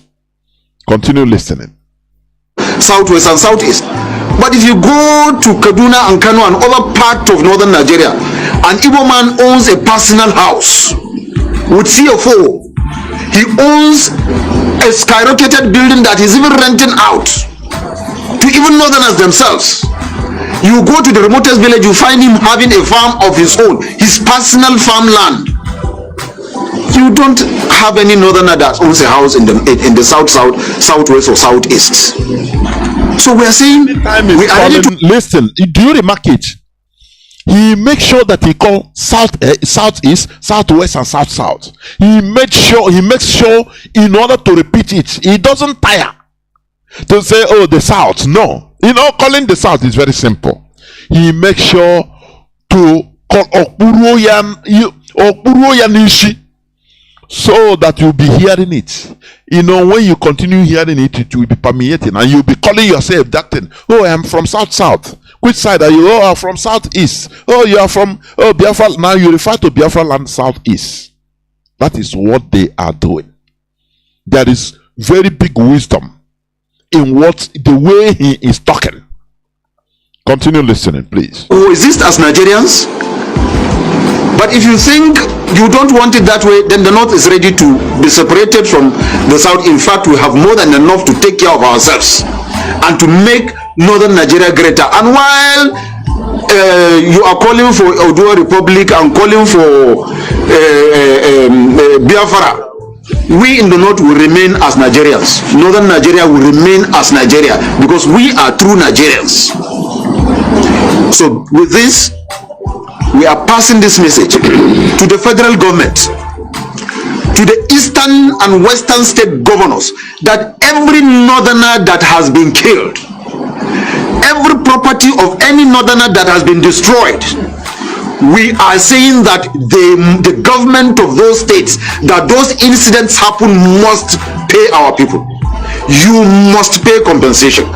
We will no longer tolerate the killing of our have you seen any politician or social cultural group, Igbo group, or any this that come out on press release like this, press statement, to ask for a compensation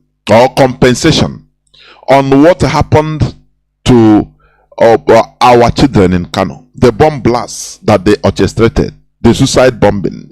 Have you seen any person that came out to talk with audacity like this? This is a country you are in. Have you seen that incident is gone, is swept under the carpet? If not, how we are saying it, louding it here on air, will you hear it any other place? It's gone and gone. Can any person come out and talk boldly with audacity to challenge and threaten that people that suffered, that died, that they must be compensated openly? No, you don't hear it. This is a country they want us to stay like slaves. No, it will not happen. No. Our eyes are wide open. Continue listening. Of our people, we will no longer tolerate the destruction of properties of our people anymore. If not, we have done it in the past, we will do it again. We don't want to do it. So we are passing a away. Complete threat. A complete open menace. They have done it in the past. They have killed us. They have been killing us. You know, so it's nothing to them. They will do it again. BBC did not go to ask this man question, what do you mean? No, because they are the sponsors. They are supporting them. The same way France supported the Tutsis. And afterwards, genocide came out. They supported one tribe against another. One tiny tribe, minority, to be ruling others with iron fist with impunity. And it accumulated into anger at what happened in 1994 on Erukwe, Nigeria. That's it. They have done it before. They have killed us, committed genocide with impunity. BBC supported them. They covered it for them. When it comes to United Nations, they blocked everything. Our fight, they blocked it. They don't even allow what happened during the Biafra war to be released to United Nations. It's Britain, because they are world power. They are one of the members of the Security Council. So they have they are God, and that is why these people are talking. But you know, suppression, it doesn't go forever. Honestly, even Britain, they were suppressed for so long, many centuries, by the Roman Empire. But the time came, they liberated themselves. They struck back in the year 410 to 412 AD, and they liberated themselves. So we remind them, we want them to understand that tyranny does not last forever. Tyranny. Oh, when you think that you have got it all, you know, you are in complete control, that these people, they are suppressed. One day, the tide will, you know, reverse, and you know, the oppressor will become the oppressed. Well, let's continue listening. Compensation. We will no longer tolerate the killing of our people. We will no longer tolerate the destruction of properties of our people anymore. If not, who is destroying? We have done it in the past. We will do it again. We don't want to do it. So we are passing a word of warning. They said a word is enough for the wise. I repeat, compensation must be paid for every penny, for every dime that has been lost by a northerner. Be him a Fulani man, be him a Hausa man, be him a TV man, be... Do you see the impression they want to give? That is, you know, you want to give the impression that they are protecting the interests of everybody in the north, even though that the Fulani are killing, they are killing. Hausa people, you know, TV people. Have you seen? Do you see where politics is real? Imagine that is, for example, Igbo man talking that be it Urobo man, be it good. Hey, you see people come. No, I'm from South. So don't talk about us. Even it is them in that place, they will start talking, warning him that I talk for only your side. They did it to Okorocha one time in the Senate, and Omeron Yari, he want to defend Kandi Bononam Bamini. He want to defend them on one thing, and they warn him, you are from Nimo, you live with people in Rivers and live with people in Niger Delta, because they understand, they don't want you to go there for unification, because there lies the key. Do you understand? But here they are playing as if they are protecting, their umbrella protecting both the TV. Look at the TV that they are fighting, killing every day, killing the God people all the time, killing the houses, indigenous houses all the time. But here they are talking as if they are protecting them. And the stupid people, they will also, some of them will be happy. Oh, these are our protecting us. And these are mad people everywhere. What I'm telling you is a typical politics of the Fulani Caliphate. Do you understand? One Samuel Johnson in the 1920s, he's a Yoruba man. He wrote it, he studied the Fulani, he said, no, these people are experts in politics. they are the best when it comes to politics, because they know when to coerce people. They know when to guide, do as if they are the guardian angel. They know when to give a long hand to their enemy. They know when to strike. They know timing always. It makes them superior in politics against others. What our people are doing is belly politics. Belly politics. Money politics. Anything now, they will go at the back and bribe you, give you money, and give you Ghana must go, and you laugh. Do you remember when they denied the Southeast money that they are borrowing, 22.7 million or 27.2 billion billion?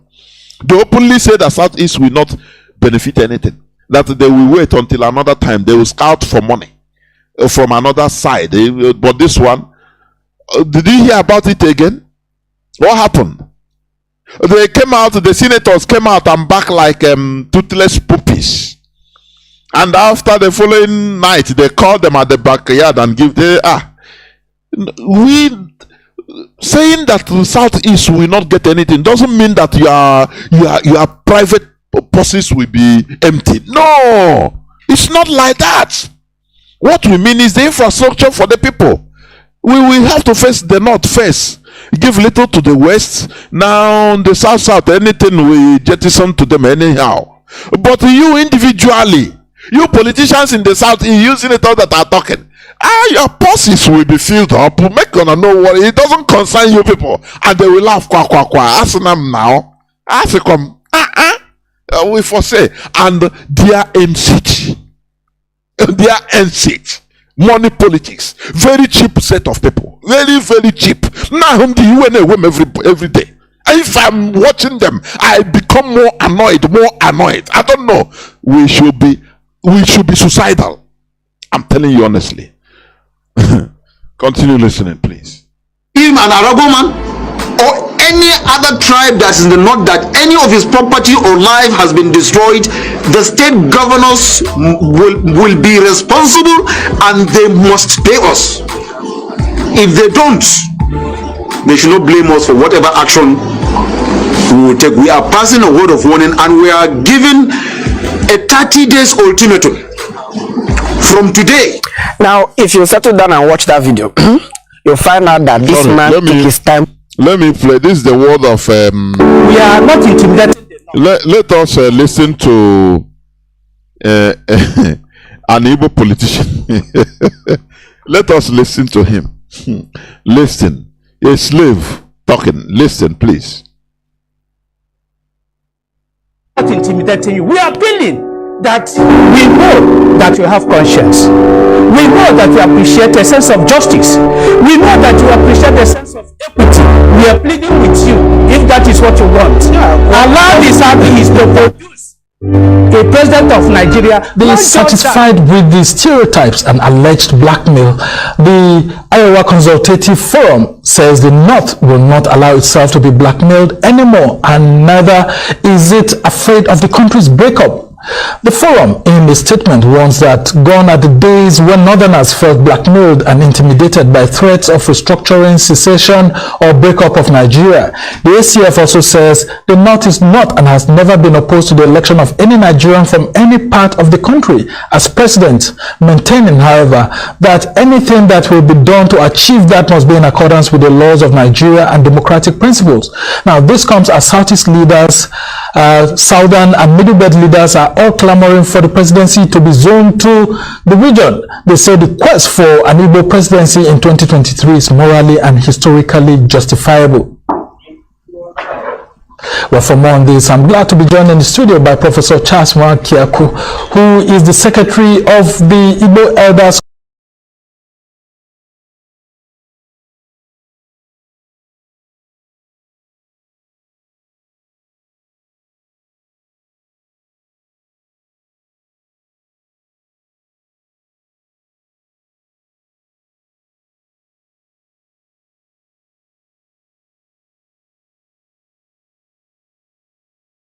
Consultative Forum, and he joins us right away. Prof, let's talk about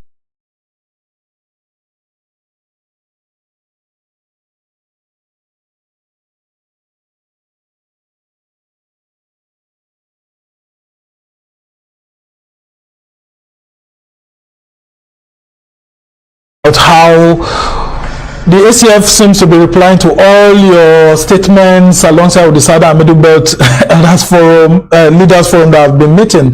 The North says it's not afraid of Nigeria breaking up because the Southern leaders have been breathing over its neck.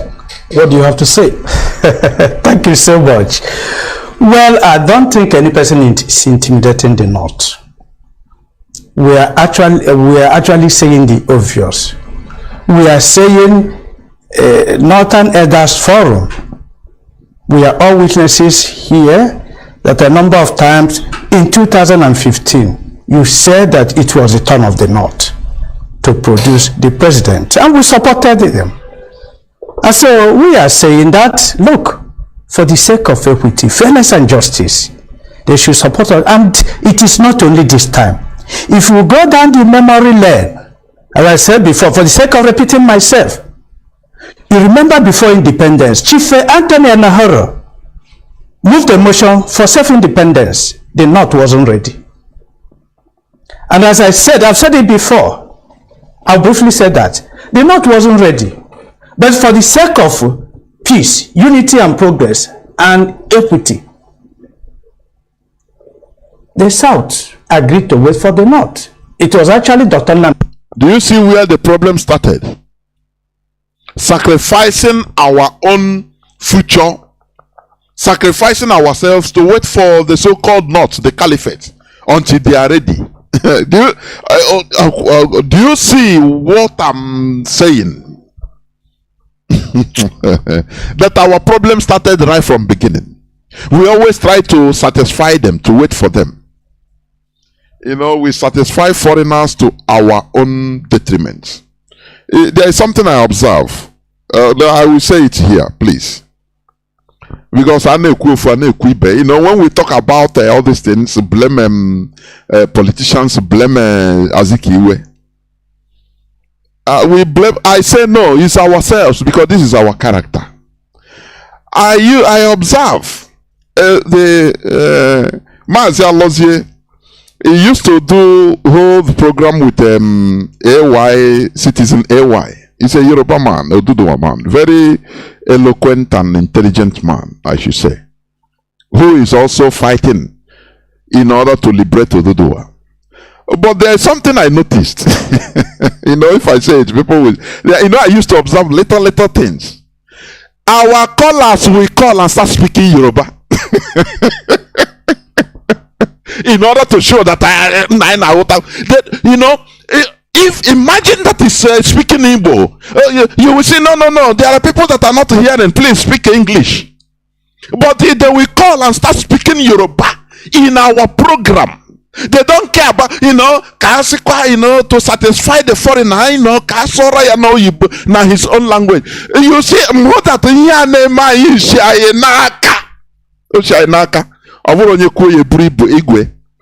I was disgusted, honestly.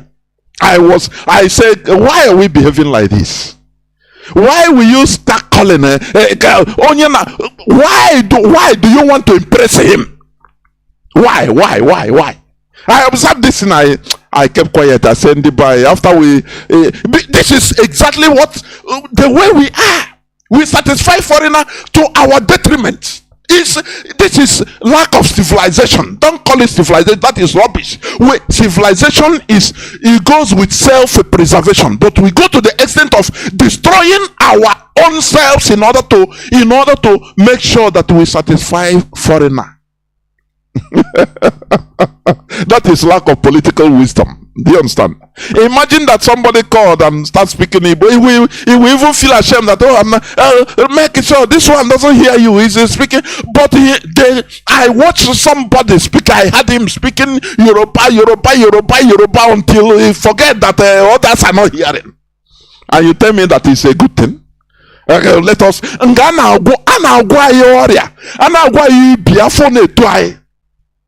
I listened to that. I said, God.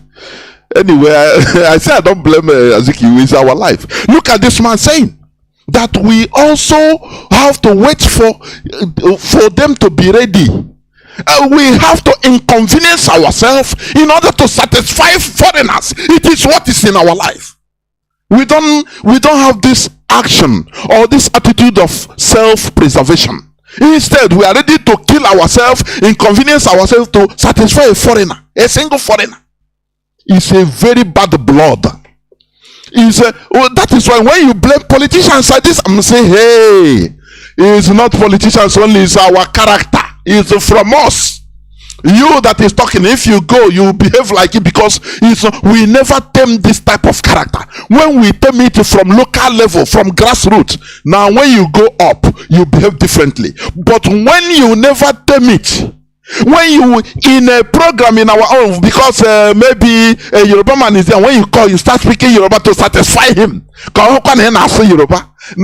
after you start blaming politicians selling us, you don't care that there are thousands or millions that are even not understanding what you are saying. That time when I ask Yoruba saw English, it doesn't stay. I become disgusted. Honestly speaking, I become disgusted. I say this our character is, we need to remove it. This gene in us, to lack of self-preservation. Let us satisfy ourselves first. Damn the foreigner, because that is self-preservation. Do you understand? That is why what happened in Ukraine, when foreigners, blacks they will pursue blacks and block them from entering train. They will say the white people first, Ukrainians first. It is self-preservation. You see it as racism, yes, but they will not satisfy you in order to dissatisfy their own people. That is self-preservation. It is civilization. But you, what we want is to satisfy a foreigner. And you will die. And you will die in war pay. That is what is worrying us. That is what is killing us. We should be wise. Political wisdom is everywhere. In your character. In the way I used to watch small mundane things. It teaches me a lot. I say, okay. We inconvenience ourselves. We don't care about our own people. Don't you understand that? You speak so that the foreigner will be impressed. But you don't care about. Let us continue listening, please. Let us continue listening. And there's Iyke say, look, appeal to the West. You know, we had three regions then: Western region, Eastern region, and Northern region. We waited for the North. That was a great sacrifice. I want to say again that even in 1999, you remember what happened? That one, well, Southwest, after the cancellation of June 12, 1993 presidential election, they also accepted. That was for the sake of equity, justice, and fairness. That in 1999, you know, it was a son of Igbo man, His Excellency, Dr. Alese Kweme, former vice president, that formed Group 34, that eventually metamorphosed into PDP. The G34. Yes, he was set to pick the presidential ticket, but other Nigerians, championed by the North, said, look, let's compensate the Southwest. We agreed. We compensated. You know, in this world, if they see that you are always easily convinced in a thing like this, political issue, you are gone. You will continue agreeing until you die. You understand? If they feel that, oh, you have you are so soft, don't worry, you will be a dustbin. That is what these stupid people don't understand. Oh, let us do like this, compensate we agree. Now what is happening? You must continue agreeing. Oh, we slaughter your people. Agree. You will agree. If you don't agree, they force you to agree, because you have started agreeing the first time. Why is the Fulani on top? Ahmad Bello refused right from beginning. He stood his ground. He said, I cannot go unless unless I will not be part of Nigeria. He gave condition. Unless northernization, unless we are allowed to control. That is it.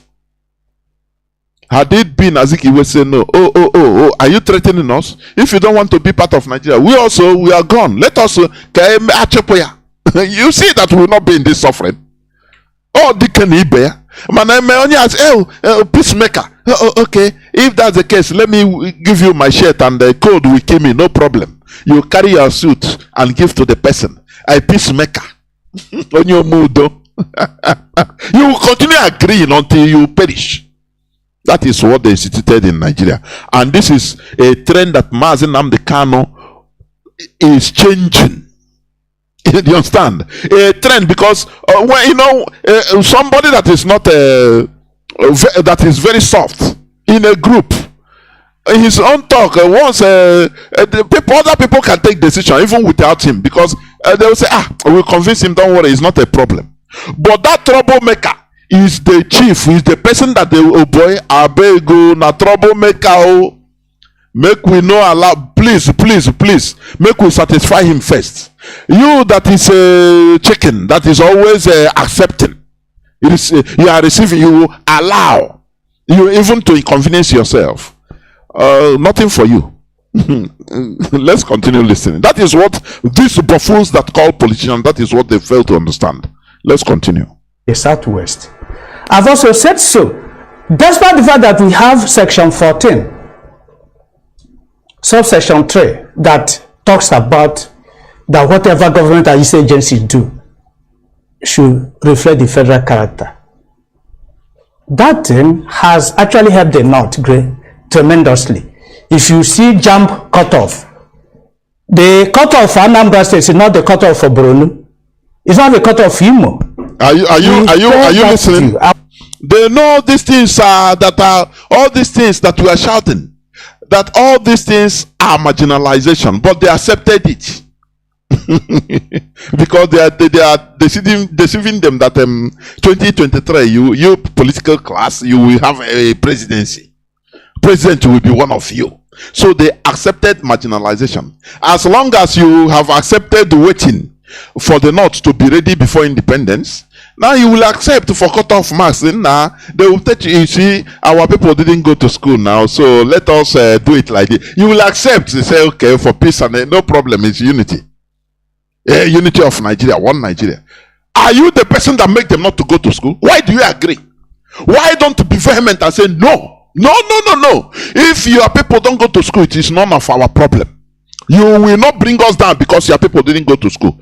Any of them have the balls to do that? Always we are accepting.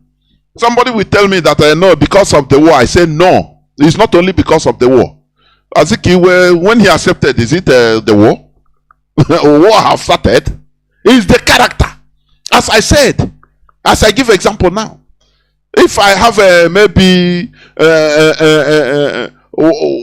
another person anchoring with me or coming, hey, another language. You see, people will start calling to speak the language in order to satisfy the person. Is part of that. All is among. Is the character.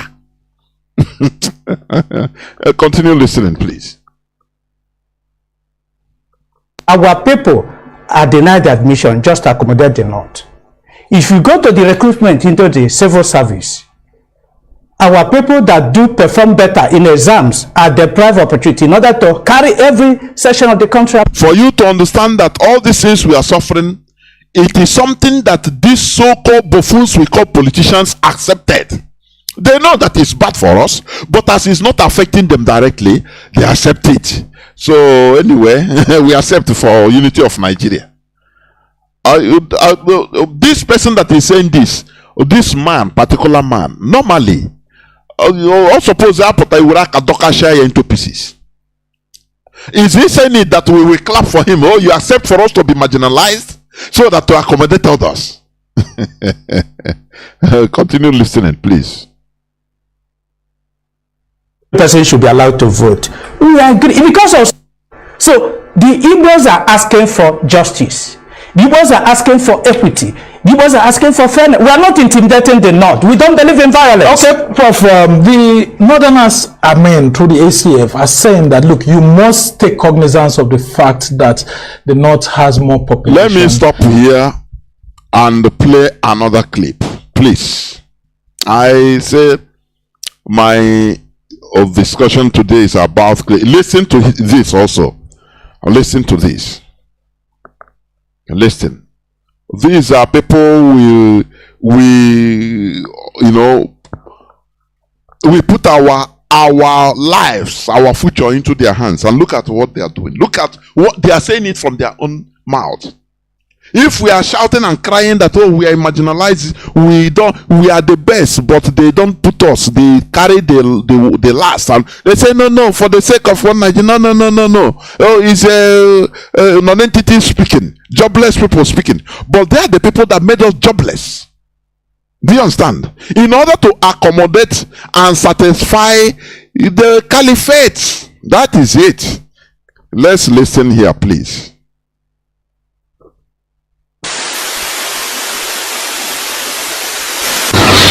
Distinguished members of Igbo elders, none. I welcome you, the media, both print and television. I welcome everybody here. This is not a very happy occasion for us, because most of us have vested interest in one Nigeria. But over the years, the government, especially the present government, seems to be working hard to push us out of Nigeria. And now we hear of a conspiracy to negate constitutional provisions of the parties, especially the PDP has zoning and rotation in the constitution. We have been zoning and rotating. Now that it is the turn of the Igbo, all kinds of things are being said.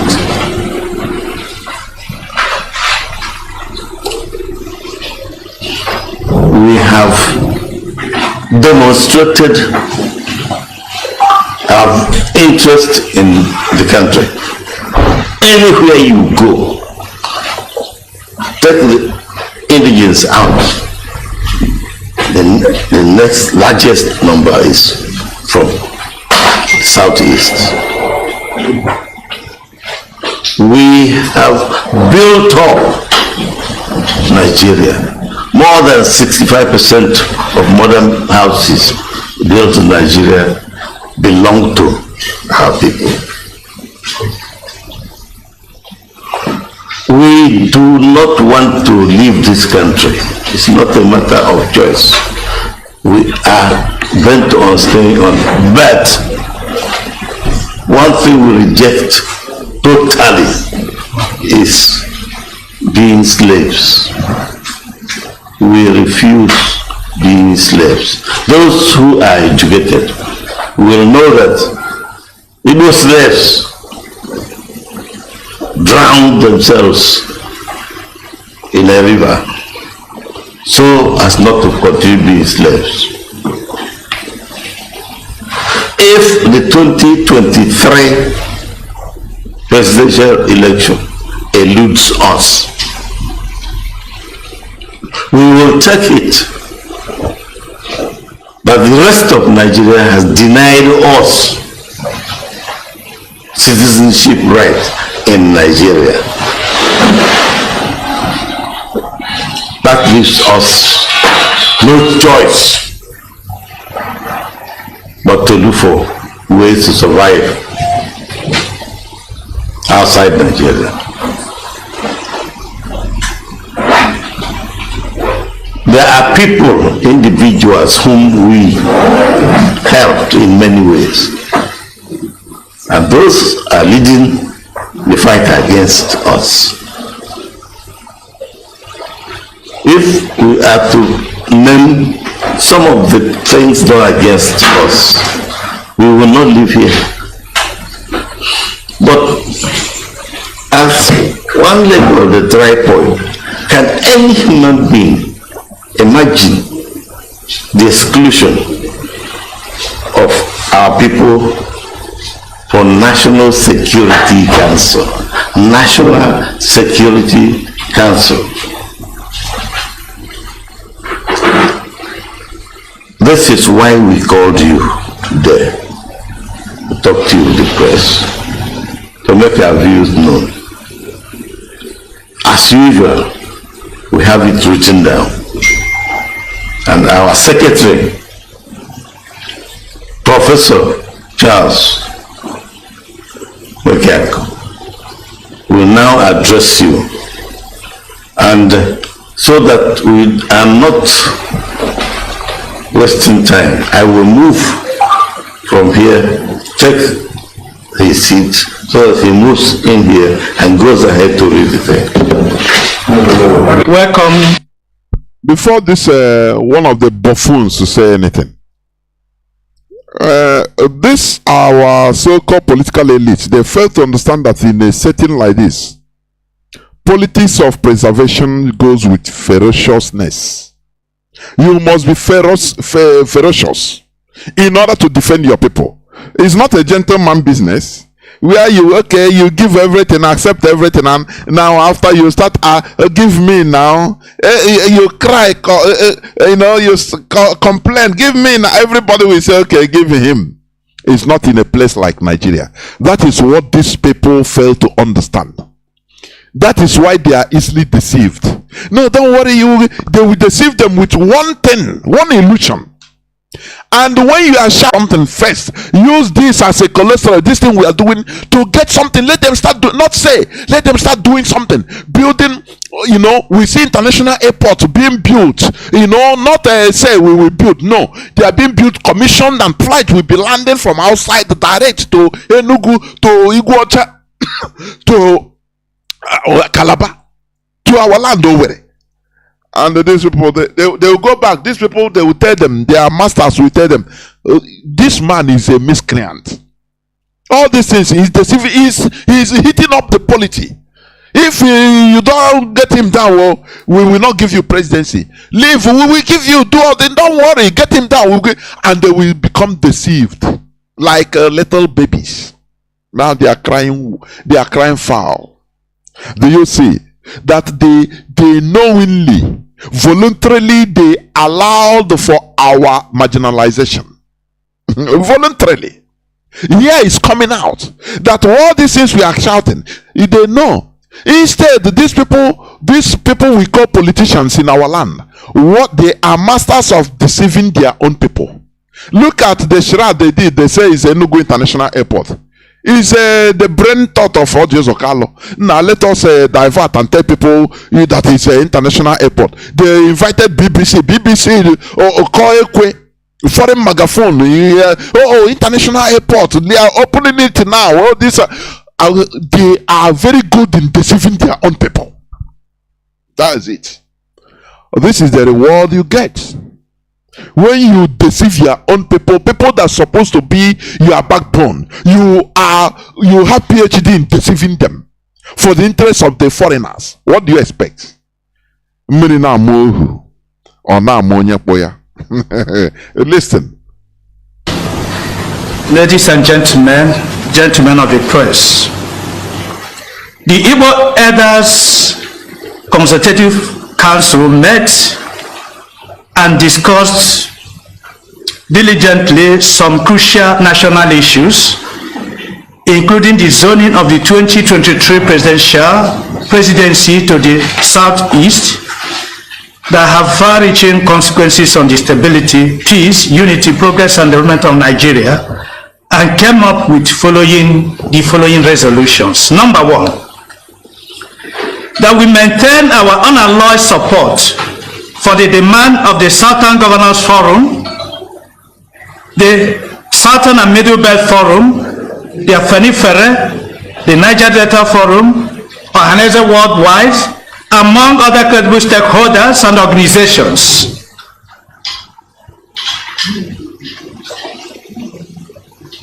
That all political parties in the country should zone the 2022 presidency to the southeast for the sake of justice, equity, and fairness. We commend Chief Edwin E. Clark, K. Clark, leader of Southern and Middle Belt Forum, as well as PANDEF. Chief Ayade Banjo, leader of Afenifere. Dr. Butrus Pogo, leader of the Middle Belt. Among other prominent and patriotic Nigerians who have spoken the truth that power should be shifted to the southeast. They demanded that all political parties should zone the 2023 presidency to the southeast, not just for the sake of justice, equity, and fairness, but also to permanently heal the wound of the civil war that has grossly marginalized the Igbos in the country. Now, I want to say something here. So, these people, all they have been thinking is Igbo presidency will permanently heal the scars of the war, the genocide committed against us. Because one person is using Igbo name is a figurehead like Nnamdi when he was a president of Nigeria, just a figurehead. So we will forget more than 6 million people that are killed. You listen to the clip, the documentary I played, part of it. When people, these are people that acted, that the people that saw the war, that were actors bringing supplies to Biafra. At the time, he said, within 2 weeks, 40,000 children died. Do you know what it means? The ones on record, or the ones they could know. Just calculate it. Within 2 weeks, 40,000 died. In 1 month, it will be 80,000. Now, calculate it in 10 months, 800,000. According to record, the one that is recorded. It's only children know. Now, for you to understand what happened during the war. So, this man say, okay, just give us Igbo presidency. Somebody to answer, oh, President, His Excellency, President of Nigeria. Oh, Okorocha. Now, we forget about millions and millions of people that died. We just forget. They are the Kwaniberibo, honestly. Maybe is still woman. I'm telling you up. How these people are shamelessly for us to forget about the millions of people, the genocide that is committed against us. Now only Igbo presidency after 8 years you go and now you tell us, you use it as this thing to tell us as a leverage. Oh, now we have had the Igbo presidency. Leave now. Don't talk about it again. Even if they are killing all of us again. No, we have to move forward. We are here you go the thing. Here look to go our president. Honestly speaking, it will not be well with them. Continue listening. I will rush it, please. Of affairs. It is important to note that apart from Section 14, subsection 3 of the 1999 Constitution, which provides for the principles of federal character and quota system, in whatever the government. There is a hiccup here. It's not from me, it's from the recording.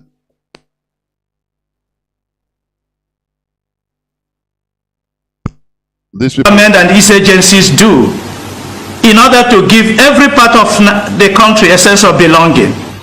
The constitutions of major political parties in the country, including the People Democratic Party (PDP) and All Progressive. You know why English is good in using it to lie or to say something that we call, you know, this sense of belonging, which they are always talking. I have thought about it. It's a deception. Even if they know that you don't really belong, but they just give you, to deceive you, to give you a sense of belonging, which is false sense of belonging that you belong, but in reality, you don't belong.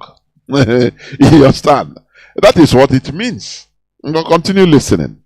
Congress APC provide for a zoning system. So it's not just the another hiccup is from the recording, but it will come in the next 20 seconds because I've listened to it. Oh, these people, they know what they are doing or what they did. Man, their ass is grass.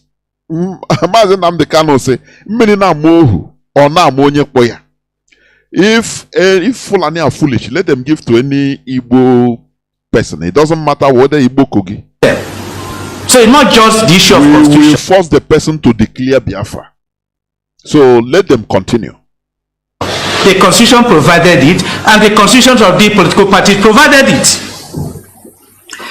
It was in keeping with this zoning principle that Senator Abdullahi Adamu and Senator Yoche Ayu emerged as the national chairman of the APC and PDP respectively.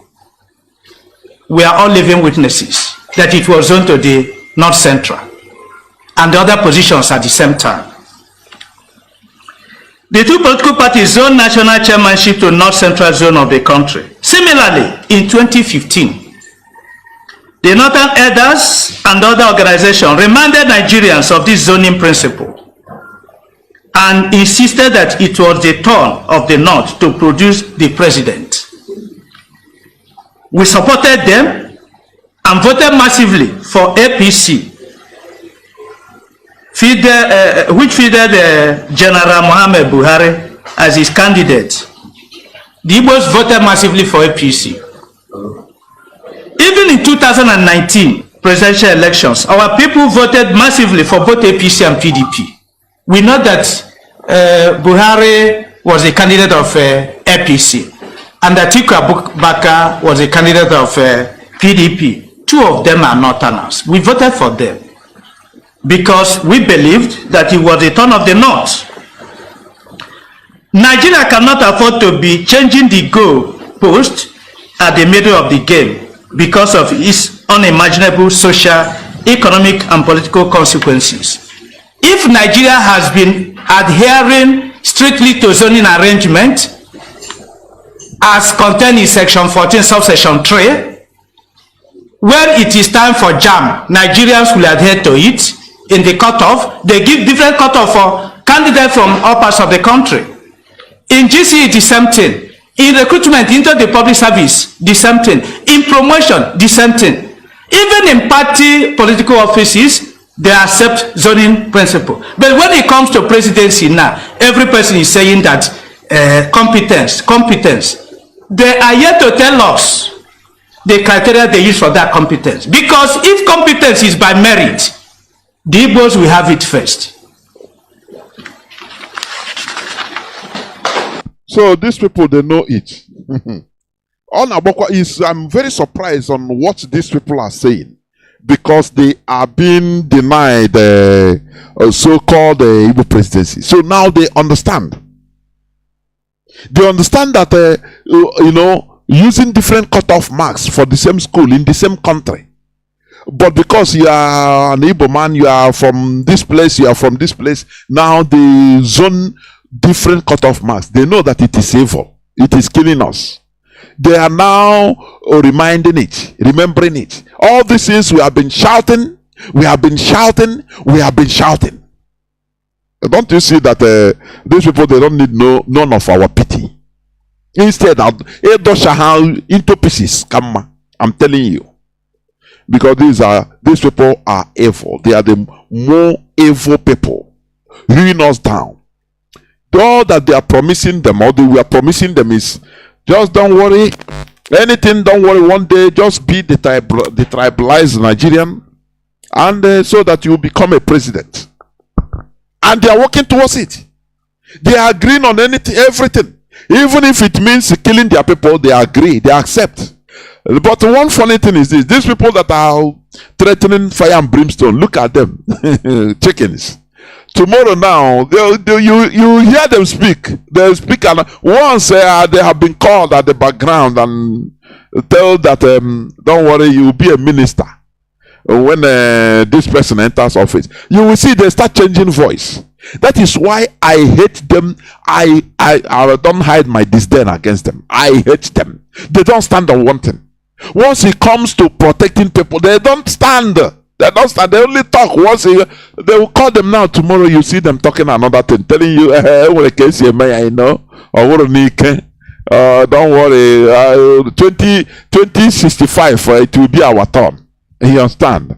After all, he loves us. He has put in a son, or Igbo son, in as a minister for kitchen. Igbo son is a minister for kitchen.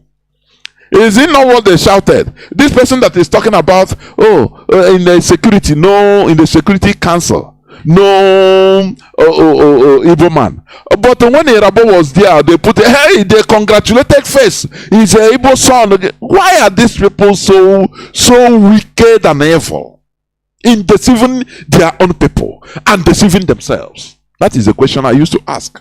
Let me finish it, please. Listen. These people are disgusting, honestly. We have to remove this character of self-destruction and imbibe self-preservation.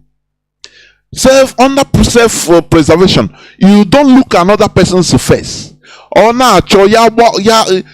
if you want to die, let him die. As far as you are protecting your own people, you become ferocious. That is one thing we should understand. Let us stop, this primitivity of trying to satisfy foreigner at our own expense. It is very absurd, honestly. Let's continue listening.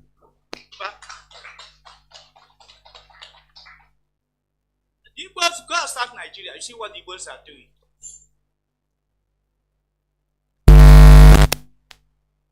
So when we come to Nigeria, people are telling us competence.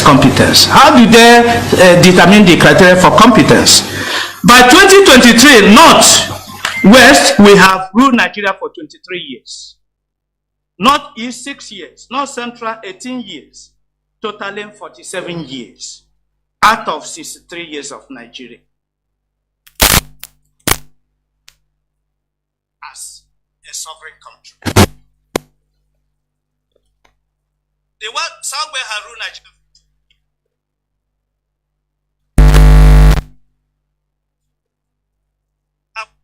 Elder statesman Chief Iyke, leader of Pandef and Southern Middle Belt, has South. So when we come to Nigeria, people are telling us competence. How do they determine the criteria for competence? By 2023, North, West, we have ruled Nigeria for 23 years. North East, 6 years. North Central, 18 years.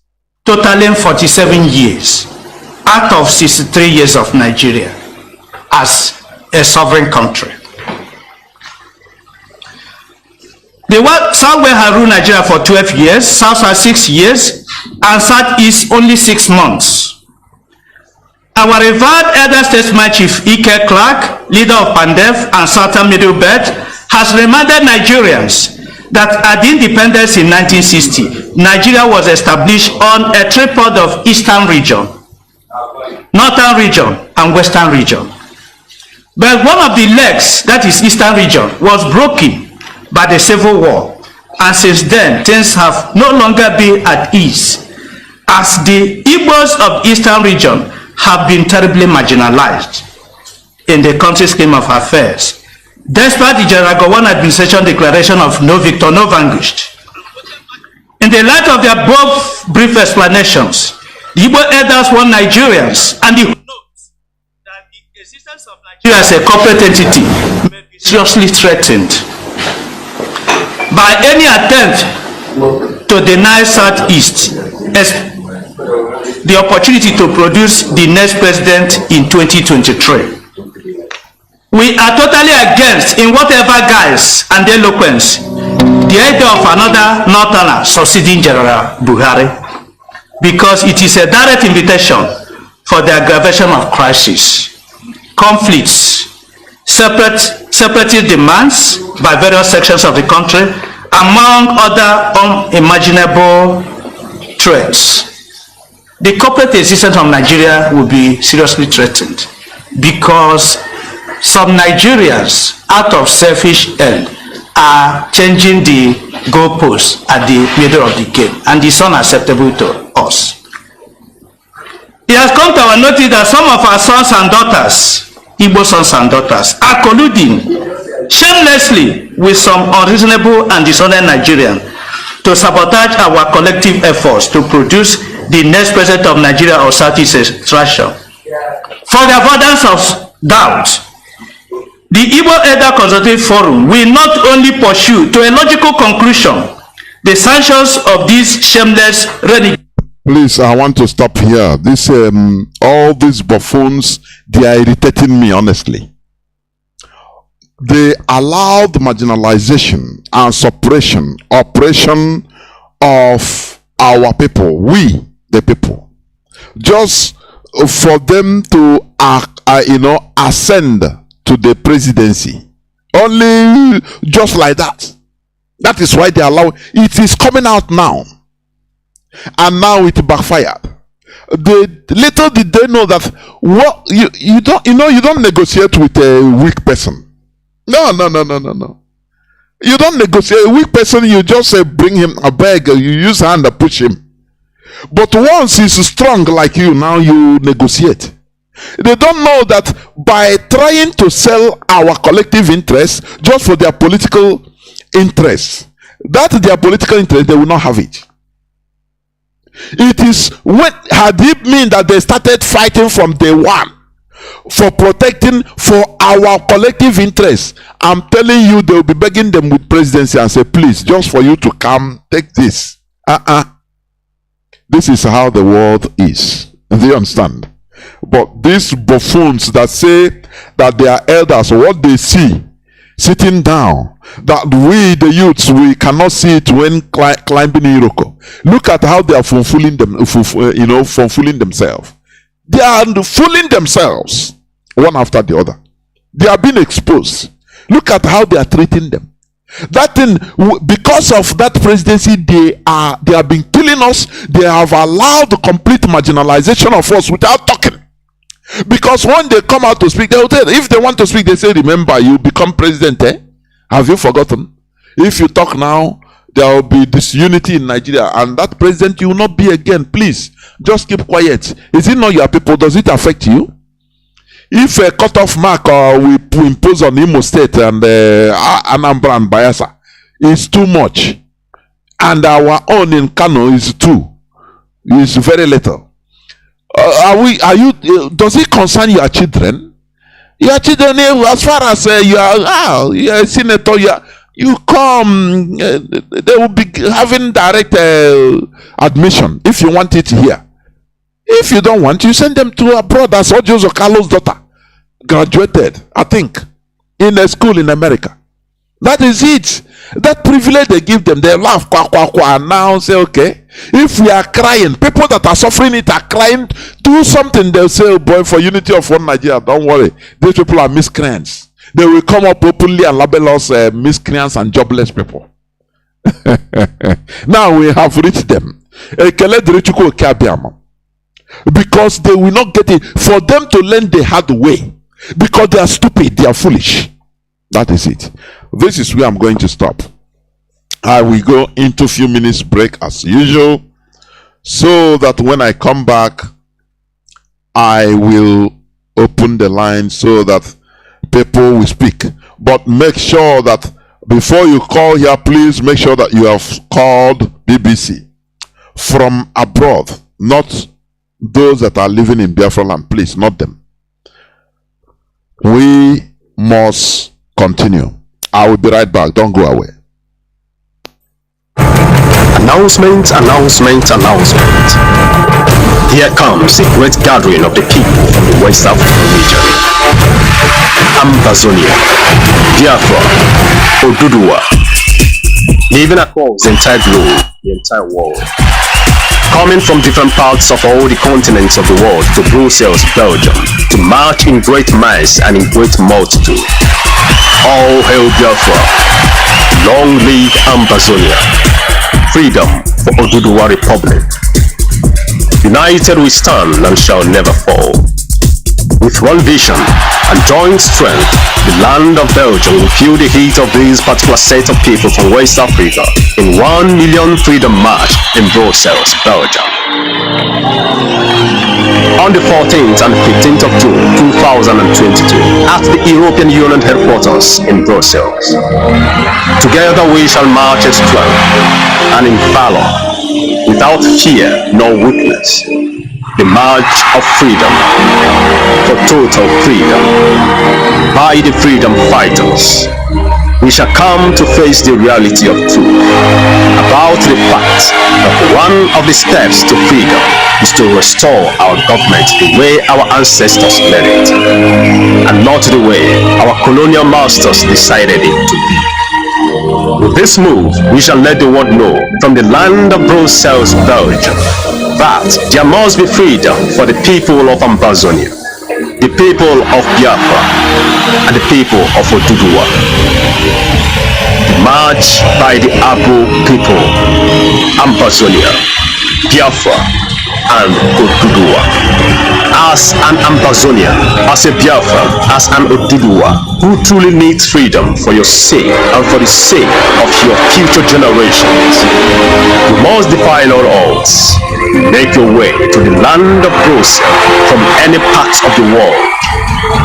Coming to Brussels, Belgium, to march together with the indigenous people of your land, your brothers, your sisters, your fathers, your mothers, and your entire people, to send a unified message to the world that all we need is true freedom and total independence.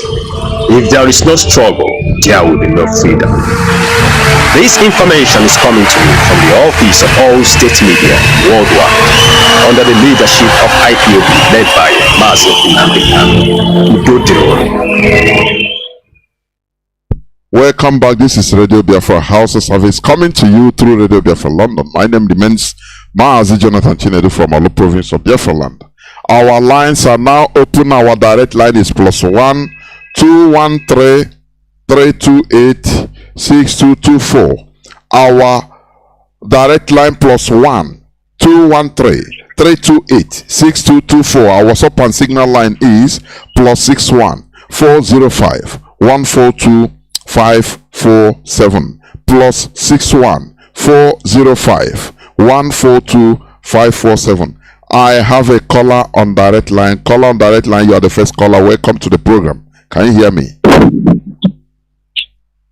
I can hear you, Mazi Jonathan. You bless every IPOB family member all over the world. My name is Simon and I'm calling from America, Spain. Simon is from Umaka is from Nalo. Son, in the name of Biafra land, that I reside in Spain. Bless every IPOB family members all over the world. Anywhere you are residing, Amaya time zone, Lord, to protect and guide every one of you. Everyone will protect our every leader wherever he may be. Guide him, be with him, hold his hand high, strong, so that the enemy will not profit over him. He will be alive.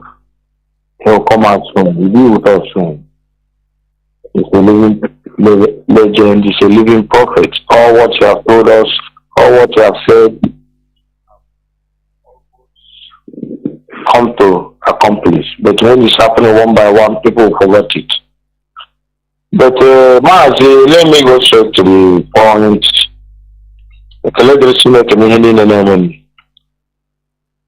The dead must speak. They are fighting. Mazi, is God not wonderful? God is wonderful. When things are happening like this, you know, Mazi, you know, when our leader said that Biafra will be the last miracle, people don't understand. All these things that are happening is leading to somewhere. Go on, Mazi. Before the atonement 2015, he said a lot of things. And all those things are happening. People are seeing it happening. Look at what they are doing there with Igbo presidency. You know, Busu, you know, Pussycat, if you take something like Feather, you know, Pussycat like to play, you know, that is what they are doing. It's like dangling with them, Igbo president. I will make Igbo president. Our people are selling the interests of their people, selling themselves, making. How do you think they can single you out and make you president? Come and no, we are more than that these days.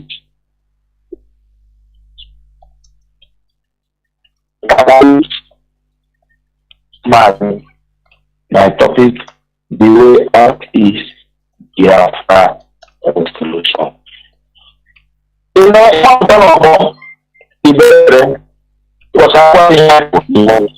all of them must pray Biafra. All of them must pray Nigeria has nothing to offer. We can sustain it. Every one of them is a rotten wound. It's a rotten wound. We want to go home, man. Mazi, I like what is going on. I like it. We can call the whole Southern governor because I use a lot of them, but that is their problem. Mazi, we want to go home. We got to do whatever it takes. Because it has never happened before. Those elite come and fight for the freedom of the poor. There's no overall government. No matter the name they call us, no matter what they say, before 2019 election, I happened to be in a place where this Badamesi, he was the one that initiated that Igbo president when our people blocked the bridge on the whole our leader, Ipob family members back home. Yes, seriously, that is how this Igbo presidency start coming. Maybe they will give them Igbo presidency to calm them down. This I'm telling you was around the 2017 final election. But how our people are so weak like this? Interview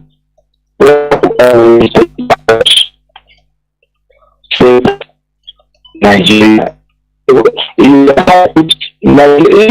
might be doing well in Nigeria. We don't keep thinking again. Because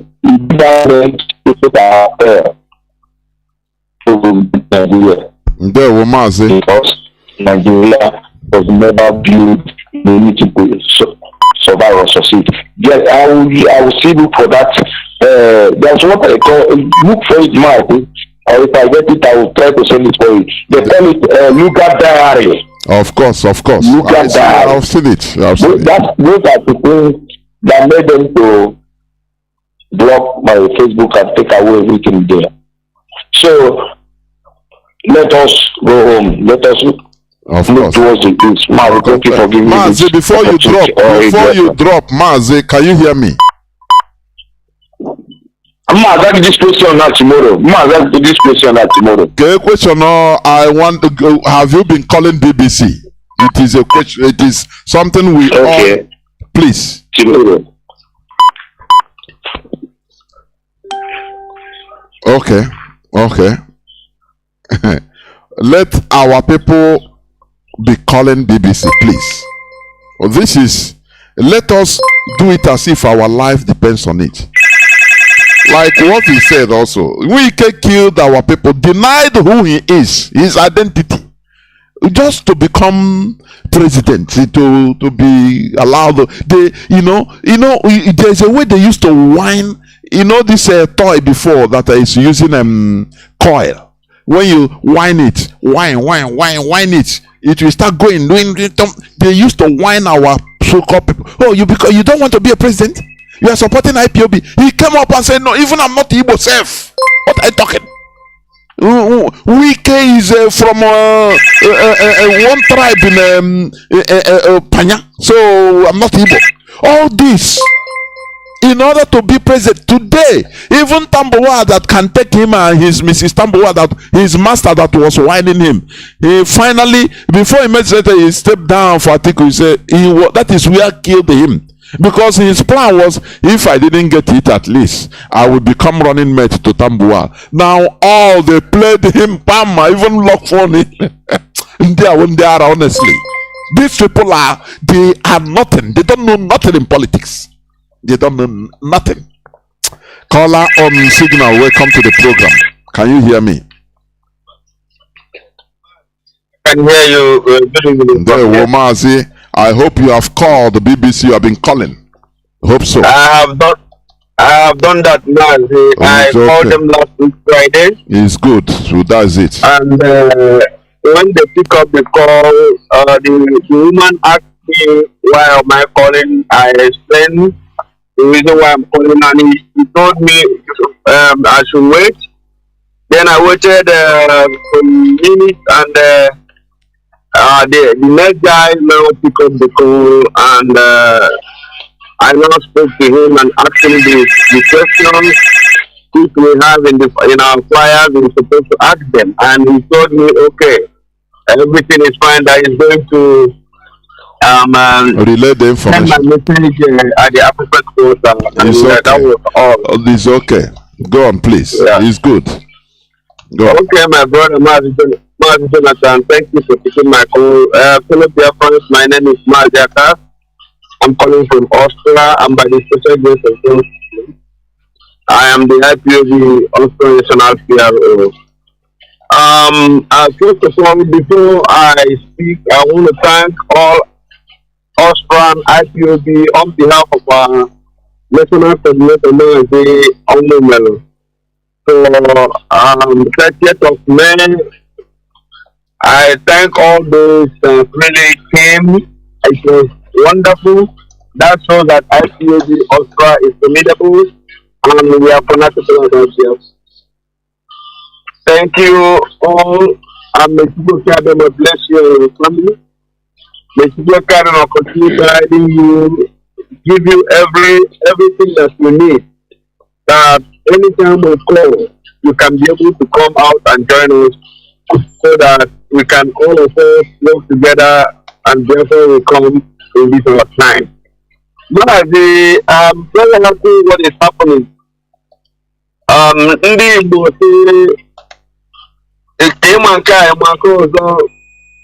These people who want to sell us because of their presidency, Fulani have told them, have told them that you have no place here.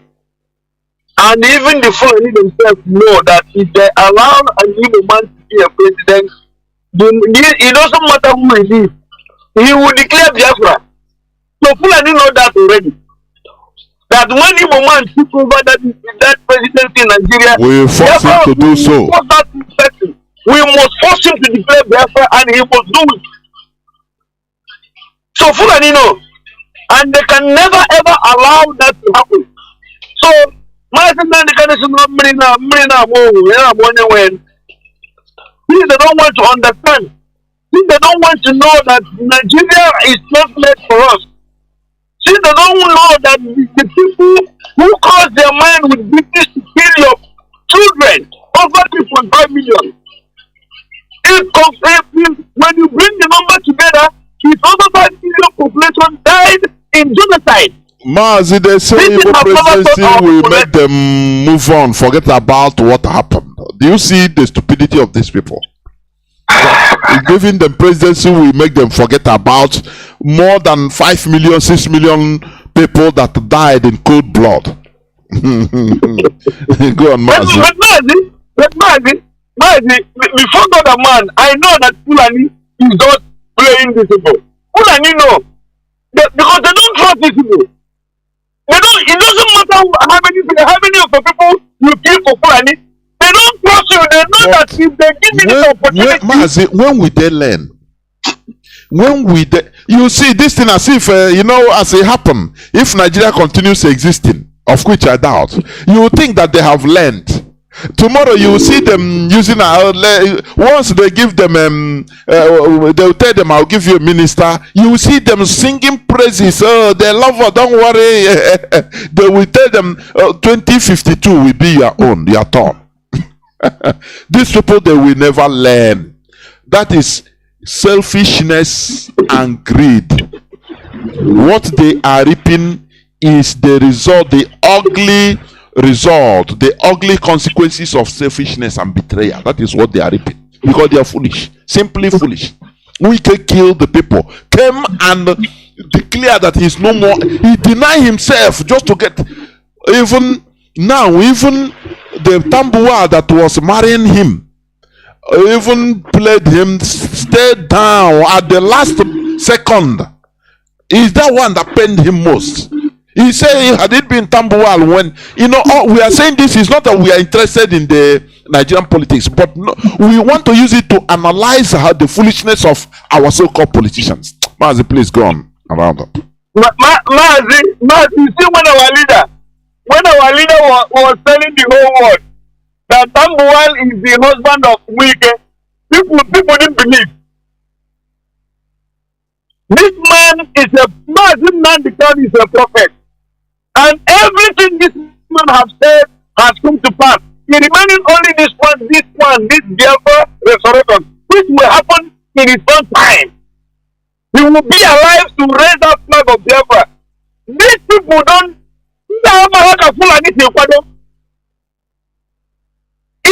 Listen, stop the zoo and come back. It's not happening to all of them. They are not crying. Even this people, if he likes, let the level party bring him out as an Ipob man to bring that presidential candidate in Labour Party. He will lose. The Northerners have won them. Don't bring anything on concern presidential election campaign in the North. Don't bring it here, because if you bring it, both you and your followers will kill all of you. They have won them. So, what else our people want to see that will make them to know that Nigeria does not belong to them? What else? Can you name any people? You see what they have? Mazi, I swear before people tell Biafra, there is nothing that will stop us not to restore Biafra. It's either all of us, but what these British politicians who don't want to respect themselves, all of us will die. Because they are my Mazi, when they are of course, I want to vomit if I see them, honestly. Oh my I want God. to throw up.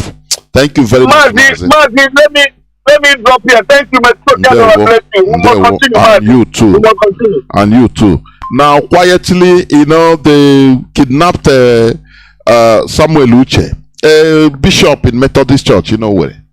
And they quietly rose by Fulani herdsmen. They rose 100 million naira and paid, and he came out and kept quiet. He cannot talk. Imagine it's an imam that was being kidnapped by an Igbo man. By now, Nigeria will be burning. These people want us, through religion or all politics, they want us to be slaves. We will say no. Caller on direct line, welcome to the program. Can you hear me? Call on direct line. Call on WhatsApp, please hold on. Yeah, Mazi, I'm Kauchika from Obingaba. I'm Chika from Obingaba. This is Bennett, Mazi. Mazi, I did this. Ladies, Mazi, because all these people waiting for our land, all these political beggars waiting for our land. They have a hand out there. I have a full of the good people could not hand out there. So people, because they support the legalization of our land from the beginning, they contribute, they support everything. We Fulani, Nigerian government, they do us from the beginning. That is why everything where they happen now, they know. That's why you see them, then they come out, they defeat the people. Say, Anambra airport, local airport, and Anambra airport, say they knew, say, na local airport.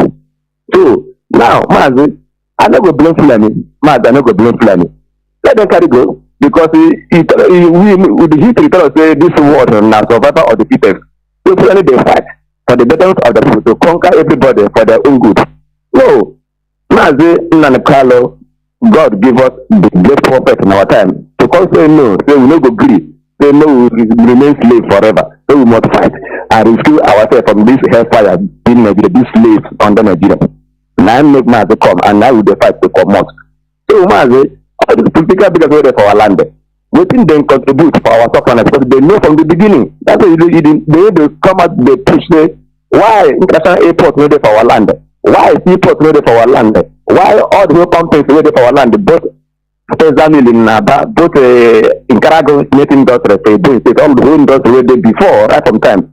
Fulani government close them. Why this is you know, if we pay for this one Nigeria, we must bring all these companies back.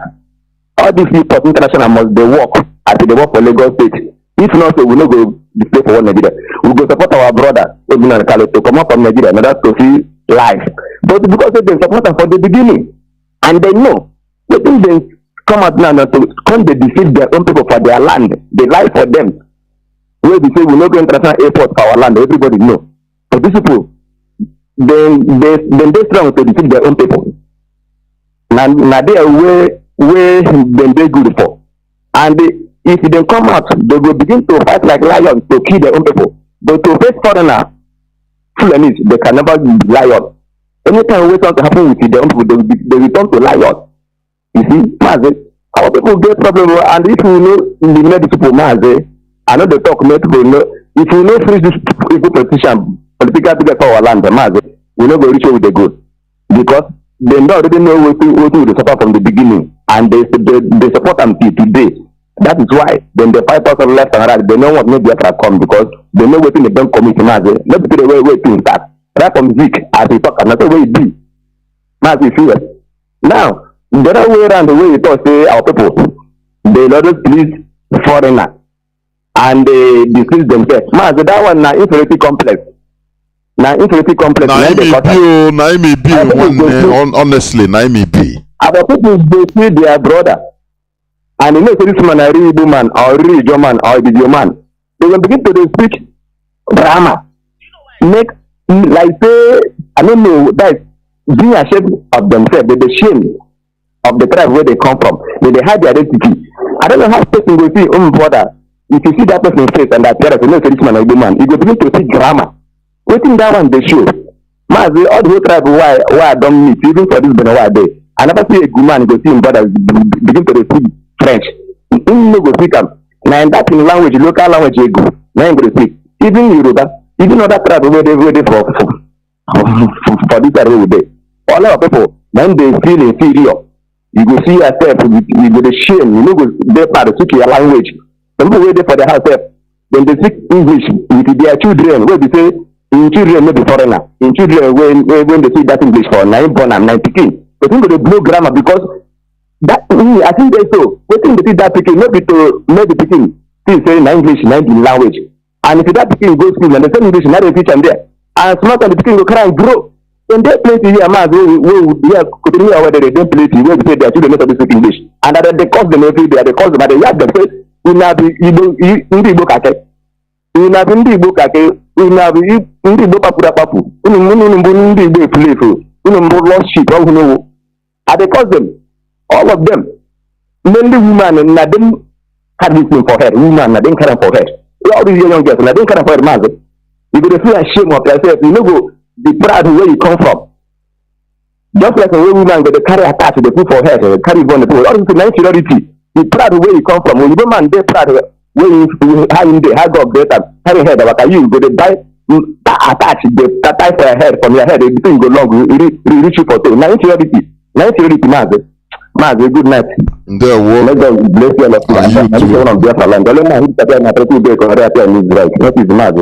Thank you. We must continue. You know, another thing they used to deceive our people, this is our political class. You know, they will use party.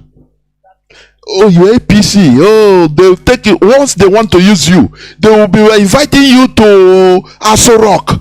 free access, free visa, like Hope Uzodinma, like Devo Mai. Oh, you are APC, we are one people, this and that. But look at now, when he reaches now, they will name you are Igbo man. They will term you Igbo man, you are go Biafra, you are Igbo man. Now that party shenanigan, they will cut it off. That is what Obi saw. Peter Obi and run away from PDP. We can kanjo. Even had it been, he said, his plan was okay, I will hustle to be on top, but if not, his defense is to go and become running mate to Tambua. But Tambua Meziya Brunobi, he stepped down at Tikoya Tech. Oh, we are analyzing this thing, not that we are interested in Nigerian politics, but the action that are being played, our people don't learn. Now they will use party. Oh, during normal time, like Hope Uzodinma, you are APC. His thing is APC must win. APC presidency, you fly, you go Abuja, you enter presidency, Asorok all the time. But when the thing comes, now they will now you see they will tell you, oh, this man, Igbo man, no, I beg. It's no more party. You people are stupid. Caller, what's up? Thank you for holding on. Welcome to the program. Mazi Iyke, I think you are. Welcome to the program, please. Go on. Mazi Iyke, are you there? Hello? My goodness me. Mazi Iyke, are you listening to me? Please go on. Please go on. Go on. The whole world is hearing you. I've been telling you to go on. Go on, please. Oh no, I couldn't hear you at all. I just started hearing you now. Okay, Mazi Jonathan, thank you very much for. Before you continue, I hope you have called programs tonight. Mazi Jonathan. Before you continue, I hope you have called BBC. I know you will not take anything for you. Have called, right? It is not a question of call. I'm going to send you an eight-page article. Don't worry, I trust you. No trouble. No, it's just a simple question. Go on, please. Go on. No problem. Go on. Mazi, tonight, I am boiling. Mazi, tonight, my spirit is very high. When I look at what is happening in Nigeria, Mazi, makes me bleed. Mazi Jonathan, you know, this political class, these people we call so-called leaders in Biafra land, Mazi, they have destroyed our pride. They have destroyed our identity. Mazi, they have destroyed our sense of accomplishment, our global relevance and contributions. Mazi, they have marred it on the mud. Mazi, what an audacity by Fulani. What an audacity by those you call Fulani. The people you call political leaders, they are even afraid to call them by name. They are happy to call them. They don't allow us. Who are they? They are so callous that they are afraid to call the name Fulani. They are afraid, but they will say the North. Is the North a name? Have you ever seen Fulani say the East? Fulani will tell you the Igbos. They will mention you directly. Igbos are not allowed to do political presidential campaign in the North. They will mention your name. These idiots you call political leaders, they are afraid to confront their problem. Every day they are appeasing Fulani. But I'll give you list of things that these people have been doing, and we can no longer tolerate that. You know why I don't blame Fulani? I blame those we call political rulers, elder statesmen, our traditional rulers, and our Igwes, those we call clergymen. I blame them. I blame the GOs, the Reverend Fathers. Mazi, they are the problem that we have today. They are the reason why we are where we are, because they are the one calming the people down, selling hopes to the people, telling them that tomorrow is better, telling them that next day is our turn. Next tomorrow is our turn. And the worst part of it is that even a blind man is seeing the way Fulani is deceiving them. Even a little child of 3 years, watch the scenario, is telling them Fulani is playing you a game of chess. The people you call elders cannot summon courage to tell Fulani, we are making a pronouncement that if this is not due to us, we will shut down the whole southeast. We will shut down the whole eastern Nigeria. They don't have the balls to make such proclamation, such pronouncement. Every day they are afraid of Fulani. What are you afraid of Fulani? Those that cannot compete with us in the scheme of life in a global world. Are you afraid of Fulani? Today, Mazi, me and you, we are sitting down debating issues with Fulani instead of me and you to focus on solving the world problem, on solving the climate change problem, on solving the economic situation of the world, on solving the financial instability of the world. Me and you are wasting our talent here discussing the mayhem. An ordinary Fulani who is in the bush, who is raining cattle, destroying our farmland.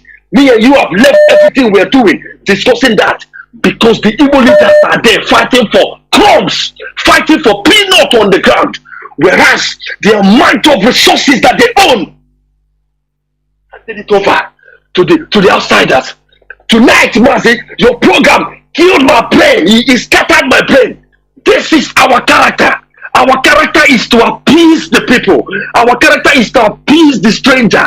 Our character, this is within my family, within your family. The stranger will come. We will choose to beat our child and give the stranger food. Why are we having this character in our blood? Why must this be in our blood? Why can't we say no? It is Igbo first. It is Biafra first. Anybody that comes before us, we will challenge you. Why can't we summon courage and face our foes? Mazi can imagine how belittled we are. Even the Yorubas are fighting for us. Ayo Adebanjo is looking at us and saying, I wish Igbo people know what they have. Ayo Adebanjo is saying it is us. And we that they are fighting, we are so stupid that we are callous. We don't understand that. Ojo Kanu is openly the first open Igbo man that showed Igbo people, and I said, I will stand by this man and I don't care. And they think what is happening is political games. They think what is happening is politics. It's a game of who gets power, when and how. Whereas Fulani is using their brain, playing them on the chessboard to take over the whole Nigeria, and they are not seeing it. Now, let me tell you what is going on. We have voluntarily submitted ourselves to slavery to Fulani. When I mean we, I mean our political class and our political leaders. We have, in politics, we are not playing a politics of preservation. This is how stupid we are. Every day we are preaching equality. Every day we are asking for justice. Every day we are saying we are marginalized. Who marginalized you? Mazi, do you know what marginalization means? How can you say that Fulani marginalize you, whereas you marginalize yourself? Fulani has no business in marginalizing you. Fulani, let me tell you, if you go to their meeting, Fulani will be proud. They will not believe that a race like Igbo are being subjected by them. They will never believe it. They are laughing that, hell, they thought that we are brilliant. They never knew that we are stupid. We are the most egalitarian, stupid human being on earth. Me inclusive. Mazi, we need to speak to our people in this form, in these words, in this manner, so that they will get angry and rise up. There is no need to paint these pictures anymore. There is no need to pamper these people anymore. We will talk to them in the language that they will not like. We will insult them the way they will not like, so that they will rise up and rise up and fight. To fight for the generation to come. How can you look at Southeast Mazi? I cry. There is no hope for them. When it comes to sharing political power and position, Fulani will remember there is no rotation. When it comes to respecting the rules and regulation of the game, Fulani will remember that, hey, there is no, and everybody will come and fight for it. But when it comes to cut off mark in the jam, Fulani will tell you, oh, you know, we didn't go to school. We need to step up. Mazi, when it comes to representing Nigeria and bringing pride to Nigeria, Fulani will not be there. It will be the South. It will be the South that will make Nigeria proud in sports, in entertainment, in academic excellence. Mazi, in anything that will bring Nigeria a green limelight, it is the South. But when it comes down to Nigeria, to control the policy, destroy the economy, take over everything, even though they don't know how to manage anything, it is Fulani. And those so-called people think that the Fulani will leave power for them. They are dreaming. Now, instead of Fulani will hand over presidency to anybody from the southeast, they will destroy the whole Nigeria. I don't think you understand Fulani. I don't think nobody understands these people. Instead of Fulani will allow you to take power, Fulani will burn the whole Federal Capital Territory.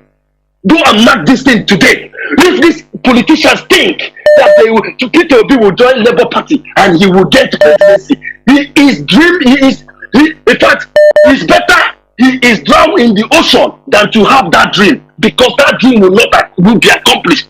I am not praying against him not being successful. No, I am telling you what is on the ground. Mazi, we have the blueprint of Fulani mission.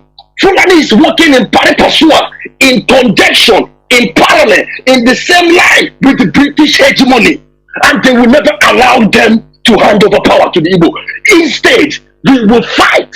We will fight. We will fight. The only way we will move away from this slavery we submitted ourselves to, because it's not Fulani that submitted us to this slavery. We, the people of the southeast, we the people of the Biafra land and the eastern region, we submitted our loyalty, ourselves as slaves to the Fulanis. It is not the Fulanis. Every time we are begging Fulani for peace. Every time we are begging Fulani to come and share. Everything we are begging Fulani to come and share. And Mazi, let me tell you one thing. Mazi, when you see a bully, what do? Do you sit down and beg a bully? You fight him? Do you sit down and... Never, never. Mazi, when a bully comes to you with one blow, don't give the bully one blow, give him 5. When the bully receives 5 blows, trust me, he will never come your way again. Even if this one blow he gave you hot, when you give him 1, 2, 3, 4, 5, the bully will not cross your way again. And look at these people, we are teaching them. We are teaching them how to play this game with Fulani. We are teaching them. And when you talk, they will tell you what the elders sit down and see. When you climb the thing, you will not see it. Are you joking with me? In 21st century, somebody is telling me elders. Do you know how old the prime minister how old the prime minister of Finland is? Do you know how old the prime minister of Canada is? Do you know? The president of Canada is? And these elders are sitting down deceiving our people. It is high time we take action. Now, so what is the action that we're going to take? I'll tell you the actions we're going to take henceforward. If our leaders will not take it, we will take it. Why? Going forward, it will be Biafra first. Nothing Biafra first. You can call it anything you like. You can call it I am not a university. It doesn't matter. As far as Nigeria's space is concerned, until we achieve Biafra, then we will leave it open for competition. It will be Biafra first before anybody else. What it means is that we will fight for our collective interest. It will no longer be an individual interest.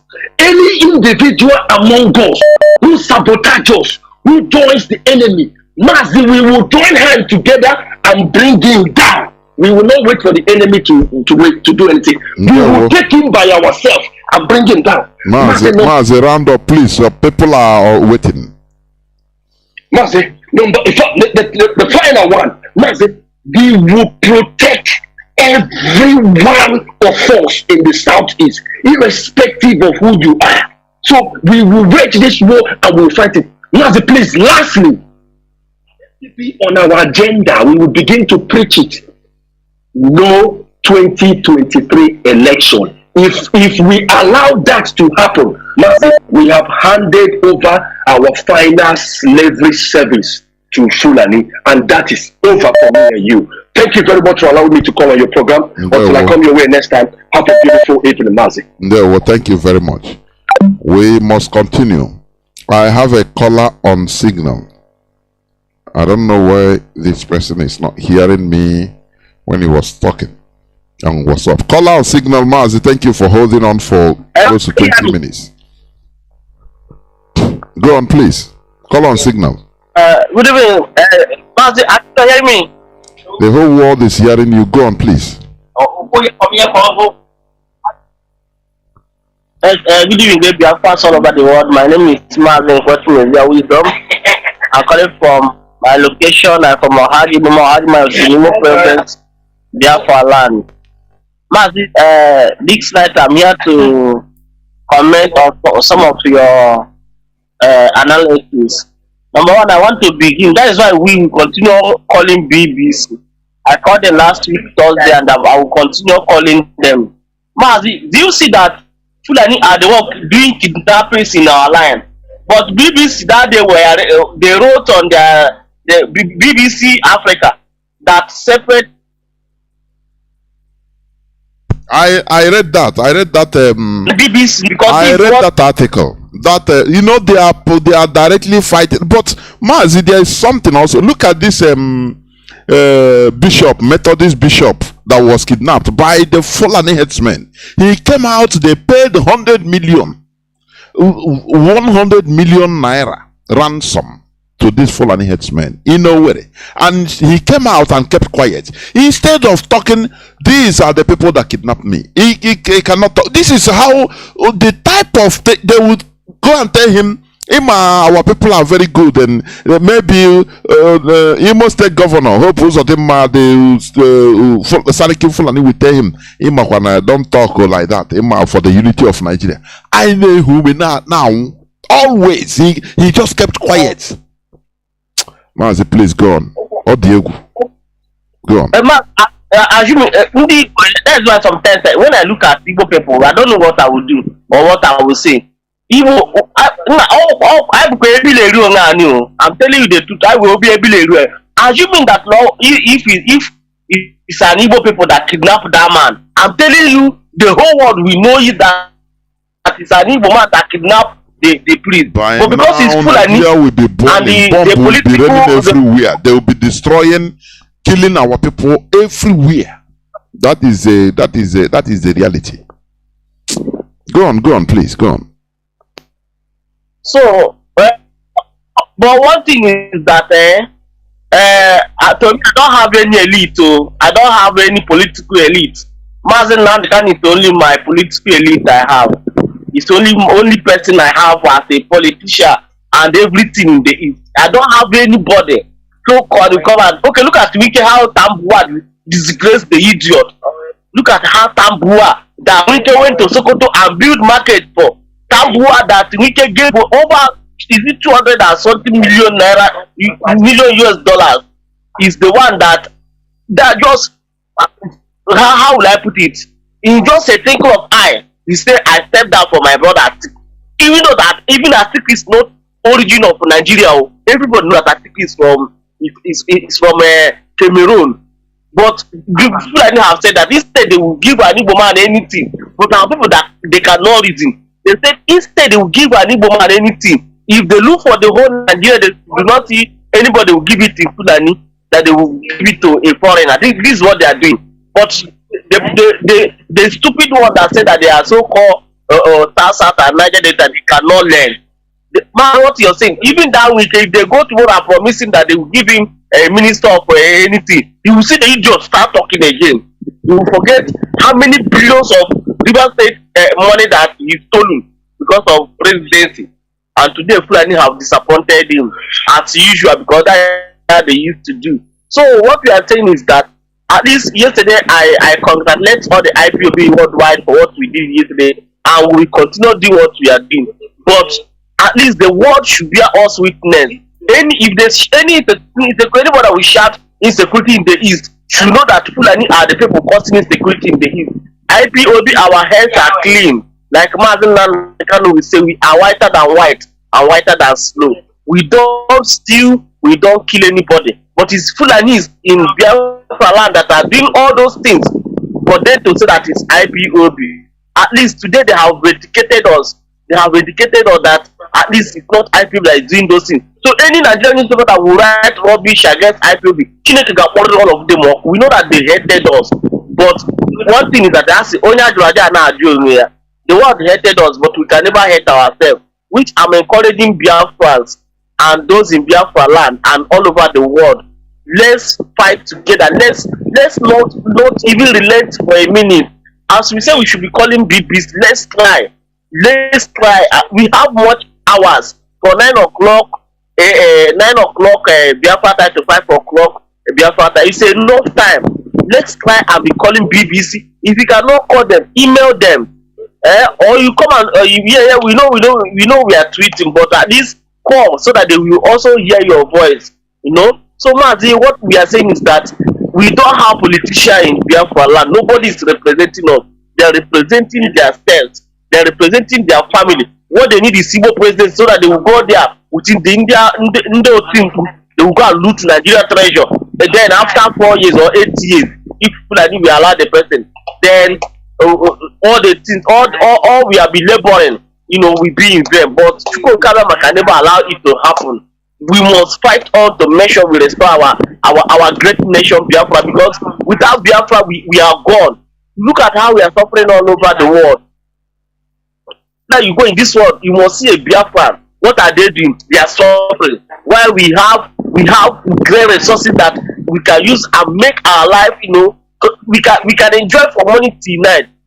If you go to my backyard, we have gas. In my backyard will be in Ebema. I have gas, I have oil. But look at where we are. I'm feeling that don't have anything. I spend it. They see a nation they are doing. They don't even bribe a naira again. It's in dollars. They are bribed in dollars.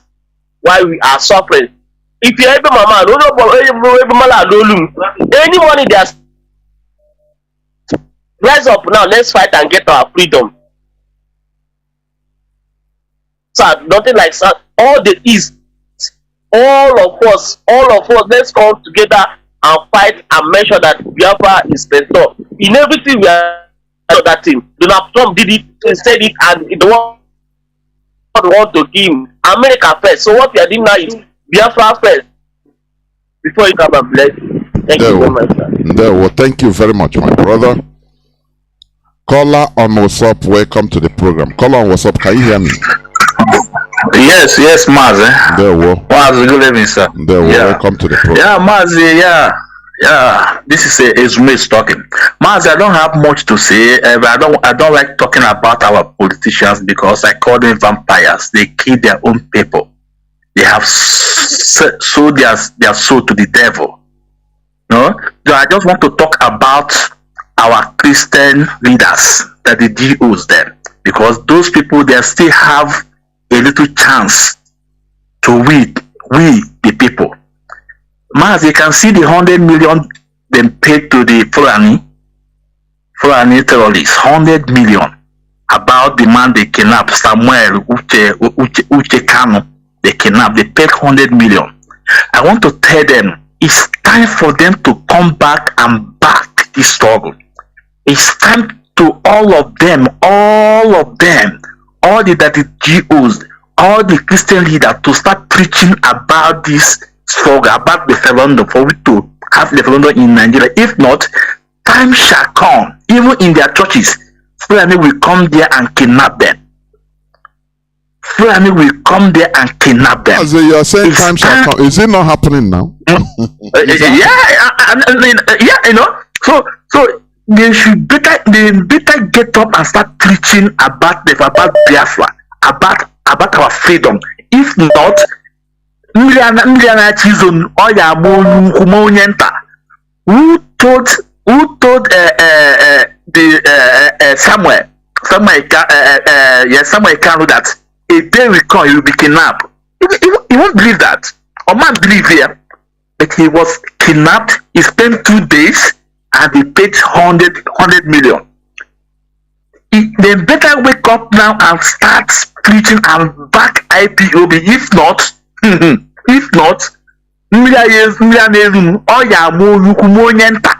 no, 100 million. Now the family have know that this is where they will channel their kidnapping. Then we go for them. 100 million or it's not a small money. They will go for you people, or let's see people will come out and back this struggle and support us in our struggle. If not, I kidnap all of you now. Or every one of you people. Mazi Kodi, they want me so bitter. Mazi. Thank you so much. There will remain blessed. Yeah. The issue is that you know, when you are annoyed, you start making, you know, threats that doesn't go anywhere. But I know you are just removing your annoyance. Caller on signal, I think you're going to be the last caller. Welcome to the program, Mazi. Can you hear me? Caller on signal. Caller, sorry. Yeah, I can hear you. There, well, welcome to the program. Go on, please. Thank you very much, Mazi. Good evening. My brother, listening to Ike, to be honest, I don't know where we begin, where we will start. We have a lot of problems. You know, there's a problem. Number one, the one principal problem we have is that they are ignorant of political affairs. I got idea. Number one, the total 90% of the Igbo Manda honor a government, you know, have the total ignorant of it, of political affairs, social political affairs, have the total buy and sell Igbo. Then another thing is that those that claim that they went to school, I now begin to realize that those people that speak good English, you know, that time when we were small, when they say Zik on our son, my brother, when you go and listen to all the whole clip, Zik, all those English that Zik speaks, a lot of people are speaking English very common, no? But because people don't understand that English then, they think that Zik yes. They don't know that English is just like a language, like Igbo language. It's just like my brother, I live in Italy. Here. I speak at least 65% of this language, this Italian language I can speak very well. I'm not saying 100, but that's 65%. So does it mean that if I speak better Italian past you, that means I'm more knowledgeable, I'm more intelligent than you because I speak Italian? No. That is what our people virtually did. They think that because they speak good English, when somebody come and speak good English, we begin to realize all these things. It's a place where we have problems. Now, the masses is unable to even educate themselves, understand what is going on. Those in politics are unable to understand even the politics. I want outside the politics now what is going on. But there, like inside the politics there, they didn't see it. My brother, we have a lot of problems. But our one principal problem, how to solve this problem is to begin to see how to educate our people. But the problem that I have with our people is that our people are mentally stubborn. They are mentally stubborn. You are telling somebody about Biafra, he doesn't want to pay attention to you. Also, let's go to one story building. I say, no, I want to plot to Lagos. That's the only thing he has in mind. If anything, you are telling him how to pack money to go and build a one-story building in Lagos or Abuja, that's the only interest he has. Any other thing beside it. Then another thing is they use religion, kill our people. That's one song they used to sing. And then you see that song? This is they give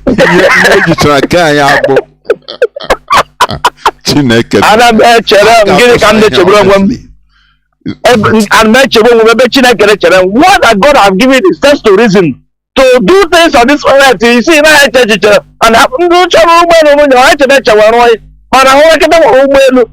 or somebody just to sleep or what the dream, what the vision be done, practice where that in a work. Till today, I research every day now. Let's get about work. Do you think that all this plan on FF or Mutabema iron record? No, everything about the iron. Through fasting and prayer. My dear brother, this is where when I begin to think of our people, I begin to think of people. I don't know where to start. But the major thing we have to focus is to try every day, make sure that you convict somebody within you. I'm talking to our IPOB all over the world. He convicts one single person you get in a day is a victory to us. But when we be able to educate our people, my brother, this struggle will be easy for us to capture. We get our freedom easily. This political elite, they are nobody to us. In a second, we stop them. You see this Biafra, this election coming now. I'm in some forum we are. People are talking rubbish. Go and do your. I say, shut up your mouth with your PVC. If other people, other part of Nigeria feel that the P2B will make Nigeria better, let them vote it in. It doesn't mean that we will vote in. Any country that where their voting strength by ethnicity are not worthy to be a one country. So if the voting strength of them is by ethnicity, it has no point of talking about Nigeria. So let everybody vote by their ethnicity. So if they feel that all of us are one, as they said, we can one Nigeria, they don't want us to go, let Yoruba, some Ududuwa, some Middle Belt, some Arewa, let them vote P2B. If he get vote in Arewa, get vote in the Middle Belt, get vote in Ududuwa, even the 10% of our foolish people who vote for them there, he will win the election. My brother, we have a long way to go, but let us, IPOB all over the world, please, make sure that that person you are talking to, tell them about Biafra, continue. One day the message you will send into his Bemaro, he will now come back and join us. If you convince one soul in a day, we are winning. Thank you very much, Mazi. Thank you. Caller on WhatsApp, you be the last caller. Caller on WhatsApp, can you hear me? Hello, Mazi. Good evening. Welcome to the program. Please go on. Can you hear me? Go on. My name is Mazi. I am calling from Nigeria. From where? Hello. Yes, go on. Nigeria. Okay. There is a lot of breeze. It's disturbing so please orient your this thing. Very well. Start very well so that the breeze will hit it. Go on, Mazi. Okay, Mazi, can you hear me? Yes. The whole world is hearing you. Hello. Yes, go on. Okay. I want to speak concerning the man of God, the Fulani Ignat. You know, in Ruga, they even said that if they come, they are going to drive their cattle into the church, and when you refuse, they are going to kill all your men, take your daughter as first slave, as they are doing before, and that is what they are doing now. So what I want to say now is that it is time we bring our war in the church. The church have to get our hit. We need to show them that we are not joking, because these people have already carried sand and they put it into our eyes direct. So this time around, we need to fight blue and black. We don't have to listen to anybody. The thing is on our neck right now. Please, Mazi, people in Nigeria here, everybody is so hungry, and even we need the contact to call the BBC. Everything we are playing up. Mazi, because I just scroll and saw your message. Do you belong to a family there? Yes, we are. I'm assistant media. Okay. Assistant media in Nigeria. Okay, good. Now, the contacts of BBC is all over the social media. You can go to my timeline, Jonas Raphael. You can go to Chinasan, anywhere is there. Scroll, you will see them. Please. Okay, Mazi. Yeah. Okay, Mazi. You need to call them. Okay, thank you very much. So we need to call them very, very serious. We need to call them. These people, they are joking with us. You call them, you'll be polite. You ask them questions. Very polite. Very simple. We are no more afraid. We are ready. We are ready to take our freedom. There were. Thank you very much. Thank you, Mazi. This is where I'm going to switch up the phones. Biafrans and lovers of freedom, we must continue what we are doing. This is our life. I'm telling you, this is our life. If we follow this, we have been following this so-called Nigerian politicians of Biafra extraction, and they are leading us deep into the abyss. We have seen that they are leading us nowhere rather than to destruction. Do you understand me? You know, as I said before, they use political party in order to also, as illusion. Oh, the brotherhood of political party. They will give you little privilege of coming to Asorok and you see couple that person. Oh, divide in the leaked conversation between Kula and Alhaji's compound. You saw where he said the Igbos, you know how to deal with them. They know how to deal with them. Just give them small privilege. Hey, couple that Uji number president. Hey, you name. That is, they know our character. We need to change our character, because if we are doing something, we see that thing, it doesn't work, it's old fashioned. Now we change. That is human evolution and development. That is it. So when they will use all these people as their political party brothers, once you read to the real thing, they have used them in killing their own people, in destroying their land. Now once you reach to, oh yeah, give me that position now as a fellow brother of political party, they will now remind you that you are Onyamri. It's no more political party, you're Onyamri, so you don't merit it. They go do their thing. By that time, it's too late. They have created enmity between you and your people, and you stand nowhere. You see how they do. And another thing I want to say before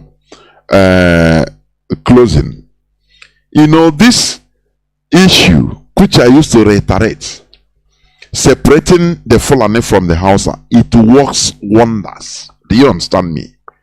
Our brother Mazi Iyke said, he commented on something like this.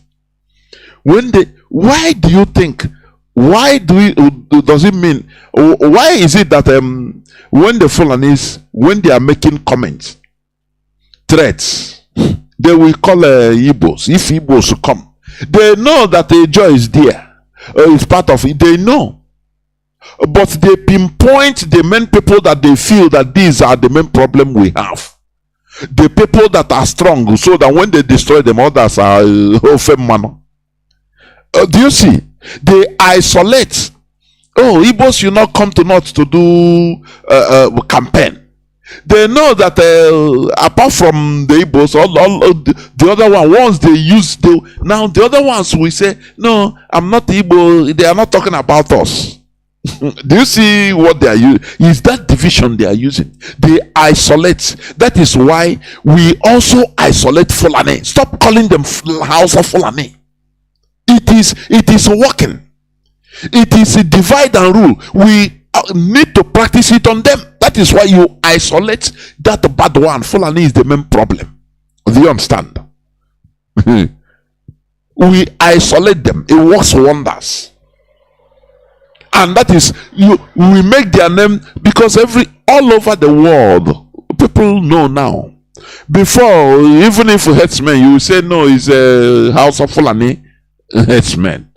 But today, it is Fulani headsmen. They have Mietiala. Hausa is not there. Mietiala. The headsmen, Hausa does not carry cows roam around. They are indigenous people. They have their land. It is not their tradition. Do you understand? Though they might have cattle, just like us, we have goats.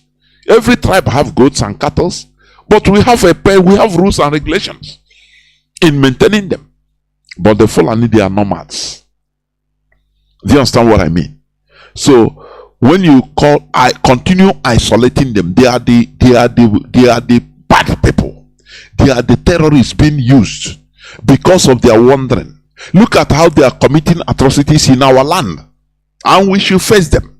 We have to face them. But the only thing is that our so-called political class, they are not helping matters.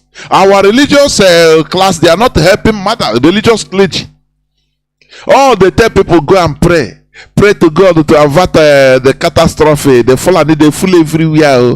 They are inside the bush. They full everywhere. How dare you always continue putting fear? But you know, welling and putting fear into your people instead of putting courage. You that is a Christian, have you forgotten when they sent the 12 spies to Jericho, to the promised land? What happened? 10 of them came back to give a report. Yes, it's true. Oh, the land we are going there is occupied by giants. So is it Anakin or the giants? They are there. Hey, we are not even up to. It's better we don't even go. Let us go back. Do you see? They tell the truth. It's truth. It's reality. But the mindset they are using is discouragement. But it's Joshua and Caleb, only two, that someone courage and come out and say, look, what these people are saying is true. But why do you, these uncircumcised people, though they are giants, but what we have is more than them. But these people, every time they will come out, they surround our bush. Hey, they say anytime they are waiting for order. This is mind game. It's part of mind game, so that you continue shivering. Always you continue shivering. You say, oh, we cannot more do anything. We are all dead. So let us continue. Let us just succumb and become slaves. That is what they are doing. These people, they are fighting through every pattern. Any person they kidnap, when they come out, the news they will bring, hey, they say they are surrendered everywhere. The bush that you are, your village that you know more than any. Now foreigners will come and say, we have surrendered everywhere. Go and tell the whole people, we are just waiting for that. Otherwise we take every. That's why I say the Fulani, they know politics. This is mind game, so that you could give up and say, oh boy, oh boy, no hope. This is part of the game. These people, they are using our brain in all way round. You see somebody that come out from kidnapping, they follow. They know why they feed you with that information. Oh, don't worry. We feel it. Not only us here, the whole southeast, southwest. We occupy is everywhere. We are just waiting for others. We are pitying for you. You know. So go and tell your people. We are pitying for you. We full everywhere. Don't worry. This is mind game. Do you understand me? It's mind game. We should remove ourselves and understand when our enemies are trying to fight us psychologically. Do you understand what I mean? They full everywhere. Oh, they full everywhere. Oh, they occupy all our bushes. Hey,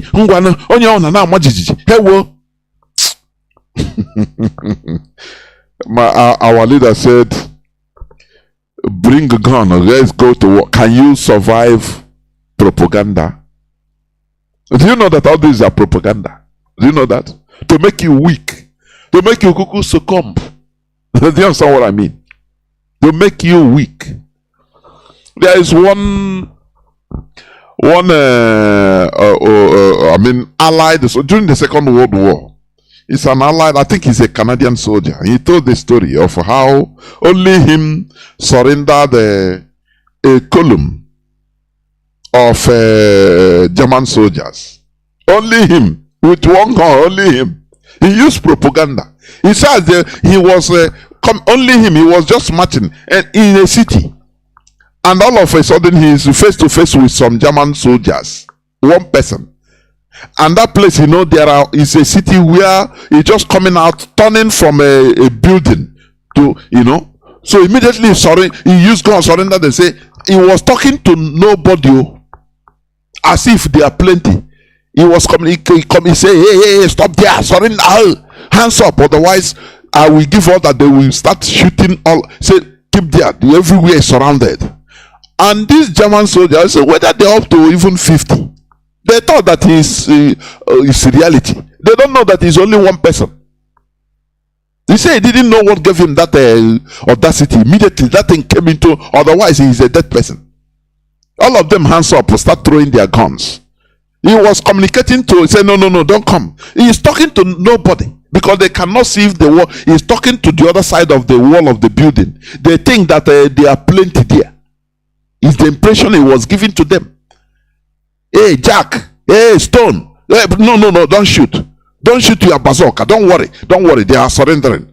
And they surrendered their guns. He told them to move away from their guns. And they did everything. And he gathered the gun. Only one person. Act act of bravery. He used mind game. Before they found out that it's not only him, it's too late. He have wasted more than hours. Other people joined. That is it. He was only one person. So sometimes they play mind game. Oh, Fulani, they say, hey, they say they fool every bush. It's everywhere. Hey, that is what they told me. So we need to pray. It's only God that can save us. That time, the same reports the spies gave to the Jews, so that made the Jews start turning. So most of them, they wanted to turn back and start going back to Egypt after suffering how many years in the wilderness. They said, no, we come, these people will kill us. Hey, but two people summoned courage and told them the reality, gave them courage that made them to rise up and went and took what belonged to them. Let us know when these people are coming with psychological warfare, physical warfare, political warfare. Anyhow, we must be equipped. That is what is called wisdom and intelligence. It's not about speaking long grammar or big grammar. English is just an ordinary language. It's a language like any other.